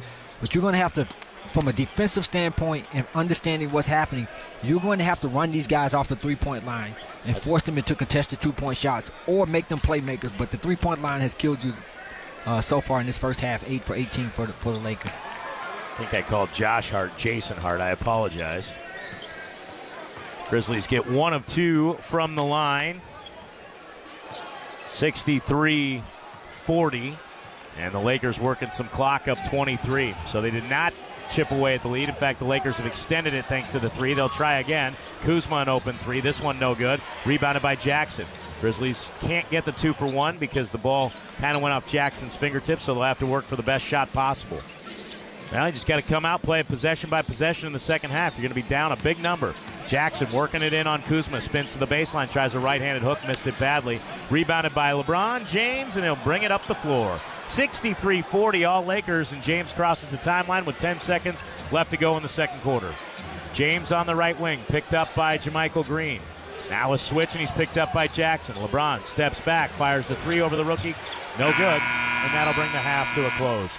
Grizzlies got some work to do, down 23, 63-40. Gary Darby has the halftime show next, scores from around the league, and your first half highlights. All Lakers in the first 24 minutes, 63-40 on the Memphis Grizzlies Radio Network. That's the end of the first half. Stay tuned for the halftime show coming up next on the Memphis Grizzlies Radio Network.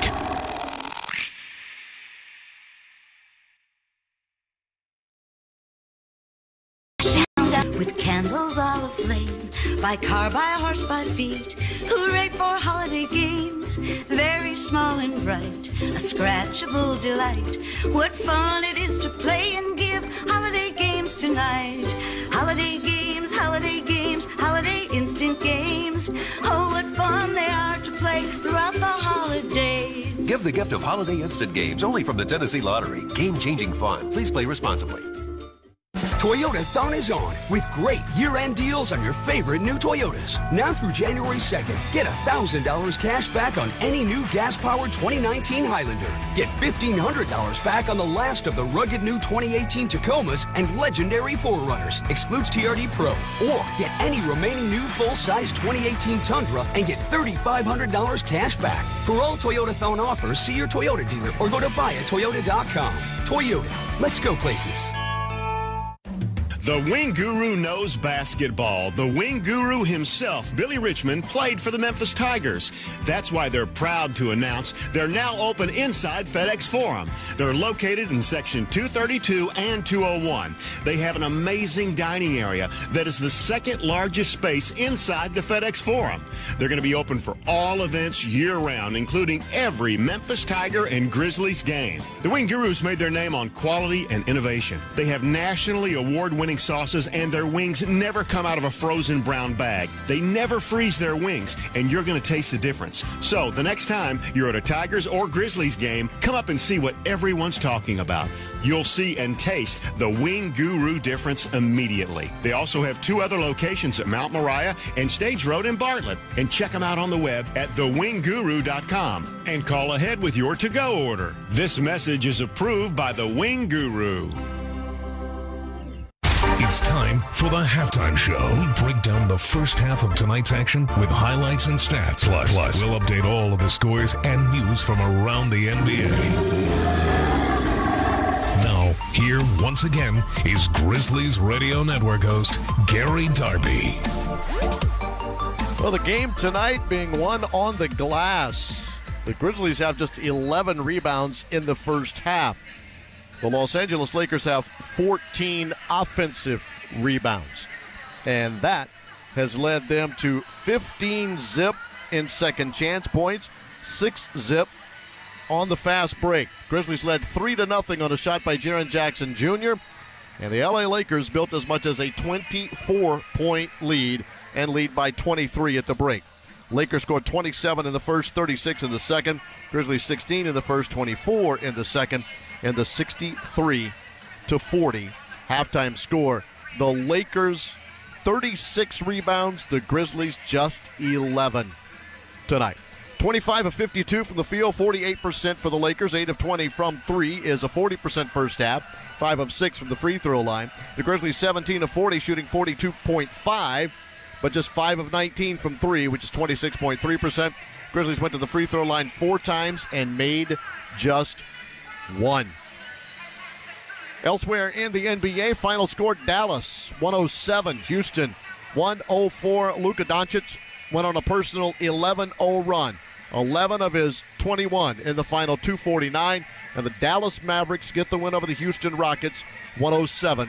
4:43 to play in Indiana. The Pacers leading the Sacramento Kings 99-85. And Atlanta 71-69, better than Denver with 4:32 to go in the third.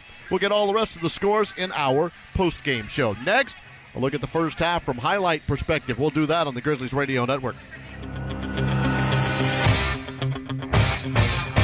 Did you ever do something beyond the ordinary? like swing from the chandeliers, bounce from bed to bed, or soar through a summer sky? Did you fall in love with the one? Or was there more than one? Come, get carried away with life at Corteo by Cirque du Soleil, an extravagant spectacle featuring astonishing acrobatics. Join us in Memphis at FedEx Forum, January 31st to February 3rd. Corteo thanks their partner, Sirius. Tickets at CirqueDuSoleil.com.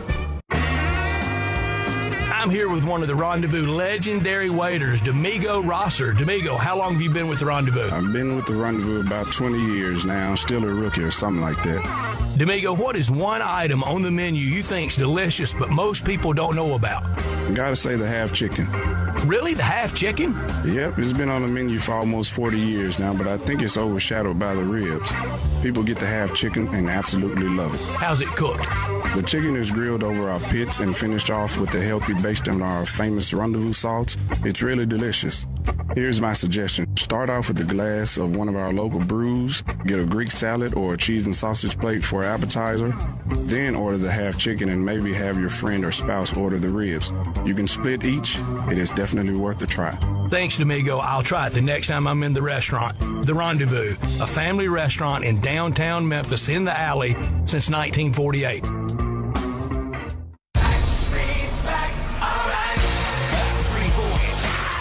Witness the unrivaled energy live.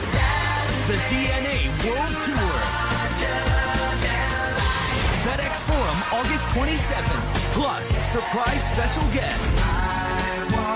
Get tickets now at livenation.com. Do not miss the Backstreet Boys experience. The new album DNA drops January 25th. Backstreet Boys live.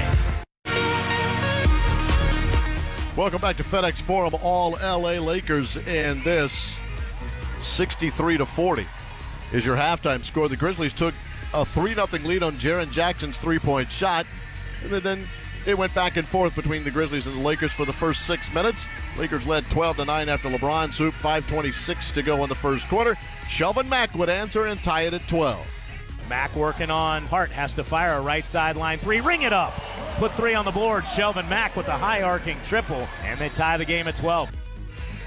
The problem, the Lakers go on a 9-0 run. The Grizzlies go from the 5-minute mark to 1:54 before they can score. The first quarter, the Grizzlies were 7 of 24, shot 29% in the first half, 2 of 13 from three. Lakers didn't shoot the three very well either, 1 of 8 in the first quarter, but they were 11 of 17 inside the arc. LeBron scored 8, Kyle Kuzma 6 in the first quarter. And for the Grizzlies, 1.5 seconds on the clock before they could really close the gap in it. Noah with 4 seconds, 3 seconds, works it in the lane, gets to the rim and spins by Kuzma, lays it up and in. Beautiful move. Joakim Noah going to the rim. Yeah, nice move. Well, from Jaren Jackson Jr. hitting the first shot of quarter number 1, he wouldn't score again until 9:16 remained in quarter 2. Conley jumps it for Jackson on a pick and roll. Easy two-handed jam and a well-executed play right there. Well, and every time the Grizzlies have been aggressive, Eric, they've made something happen. They've scored baskets in the paint. Second quarter for the Lakers belonged to Josh Hart. He was 4 of 8 from the field, 4 of 6 from three-point range, and scored 14 of his 16 first-half points. The Grizzlies did get the three ball to fall late in the quarter. Mack turns the corner around a Gasol screen, tried to go under, fed it through the lane and hit the bottom of the backboard. Goes to Anderson, who finds Green, who knocks in a three. Bring it up, put 3 on the board for JaMychal Green. And we get to the half with the Lakers up 63-40 over your Memphis Grizzlies. We'll take a timeout, come back after this with some individual numbers on the Grizzlies Radio Network. Bring us your tired, your wicked, your huddled masses. Panic at the Disco, live. The Pray for the Wicked Tour with special guest, 2 Feet. February 6th, FedEx Forum. Tickets on sale now at all Ticketmaster locations in the venue box office. Produced by AEG Presents. New album, Pray for the Wicked, out now. Panic at the Disco.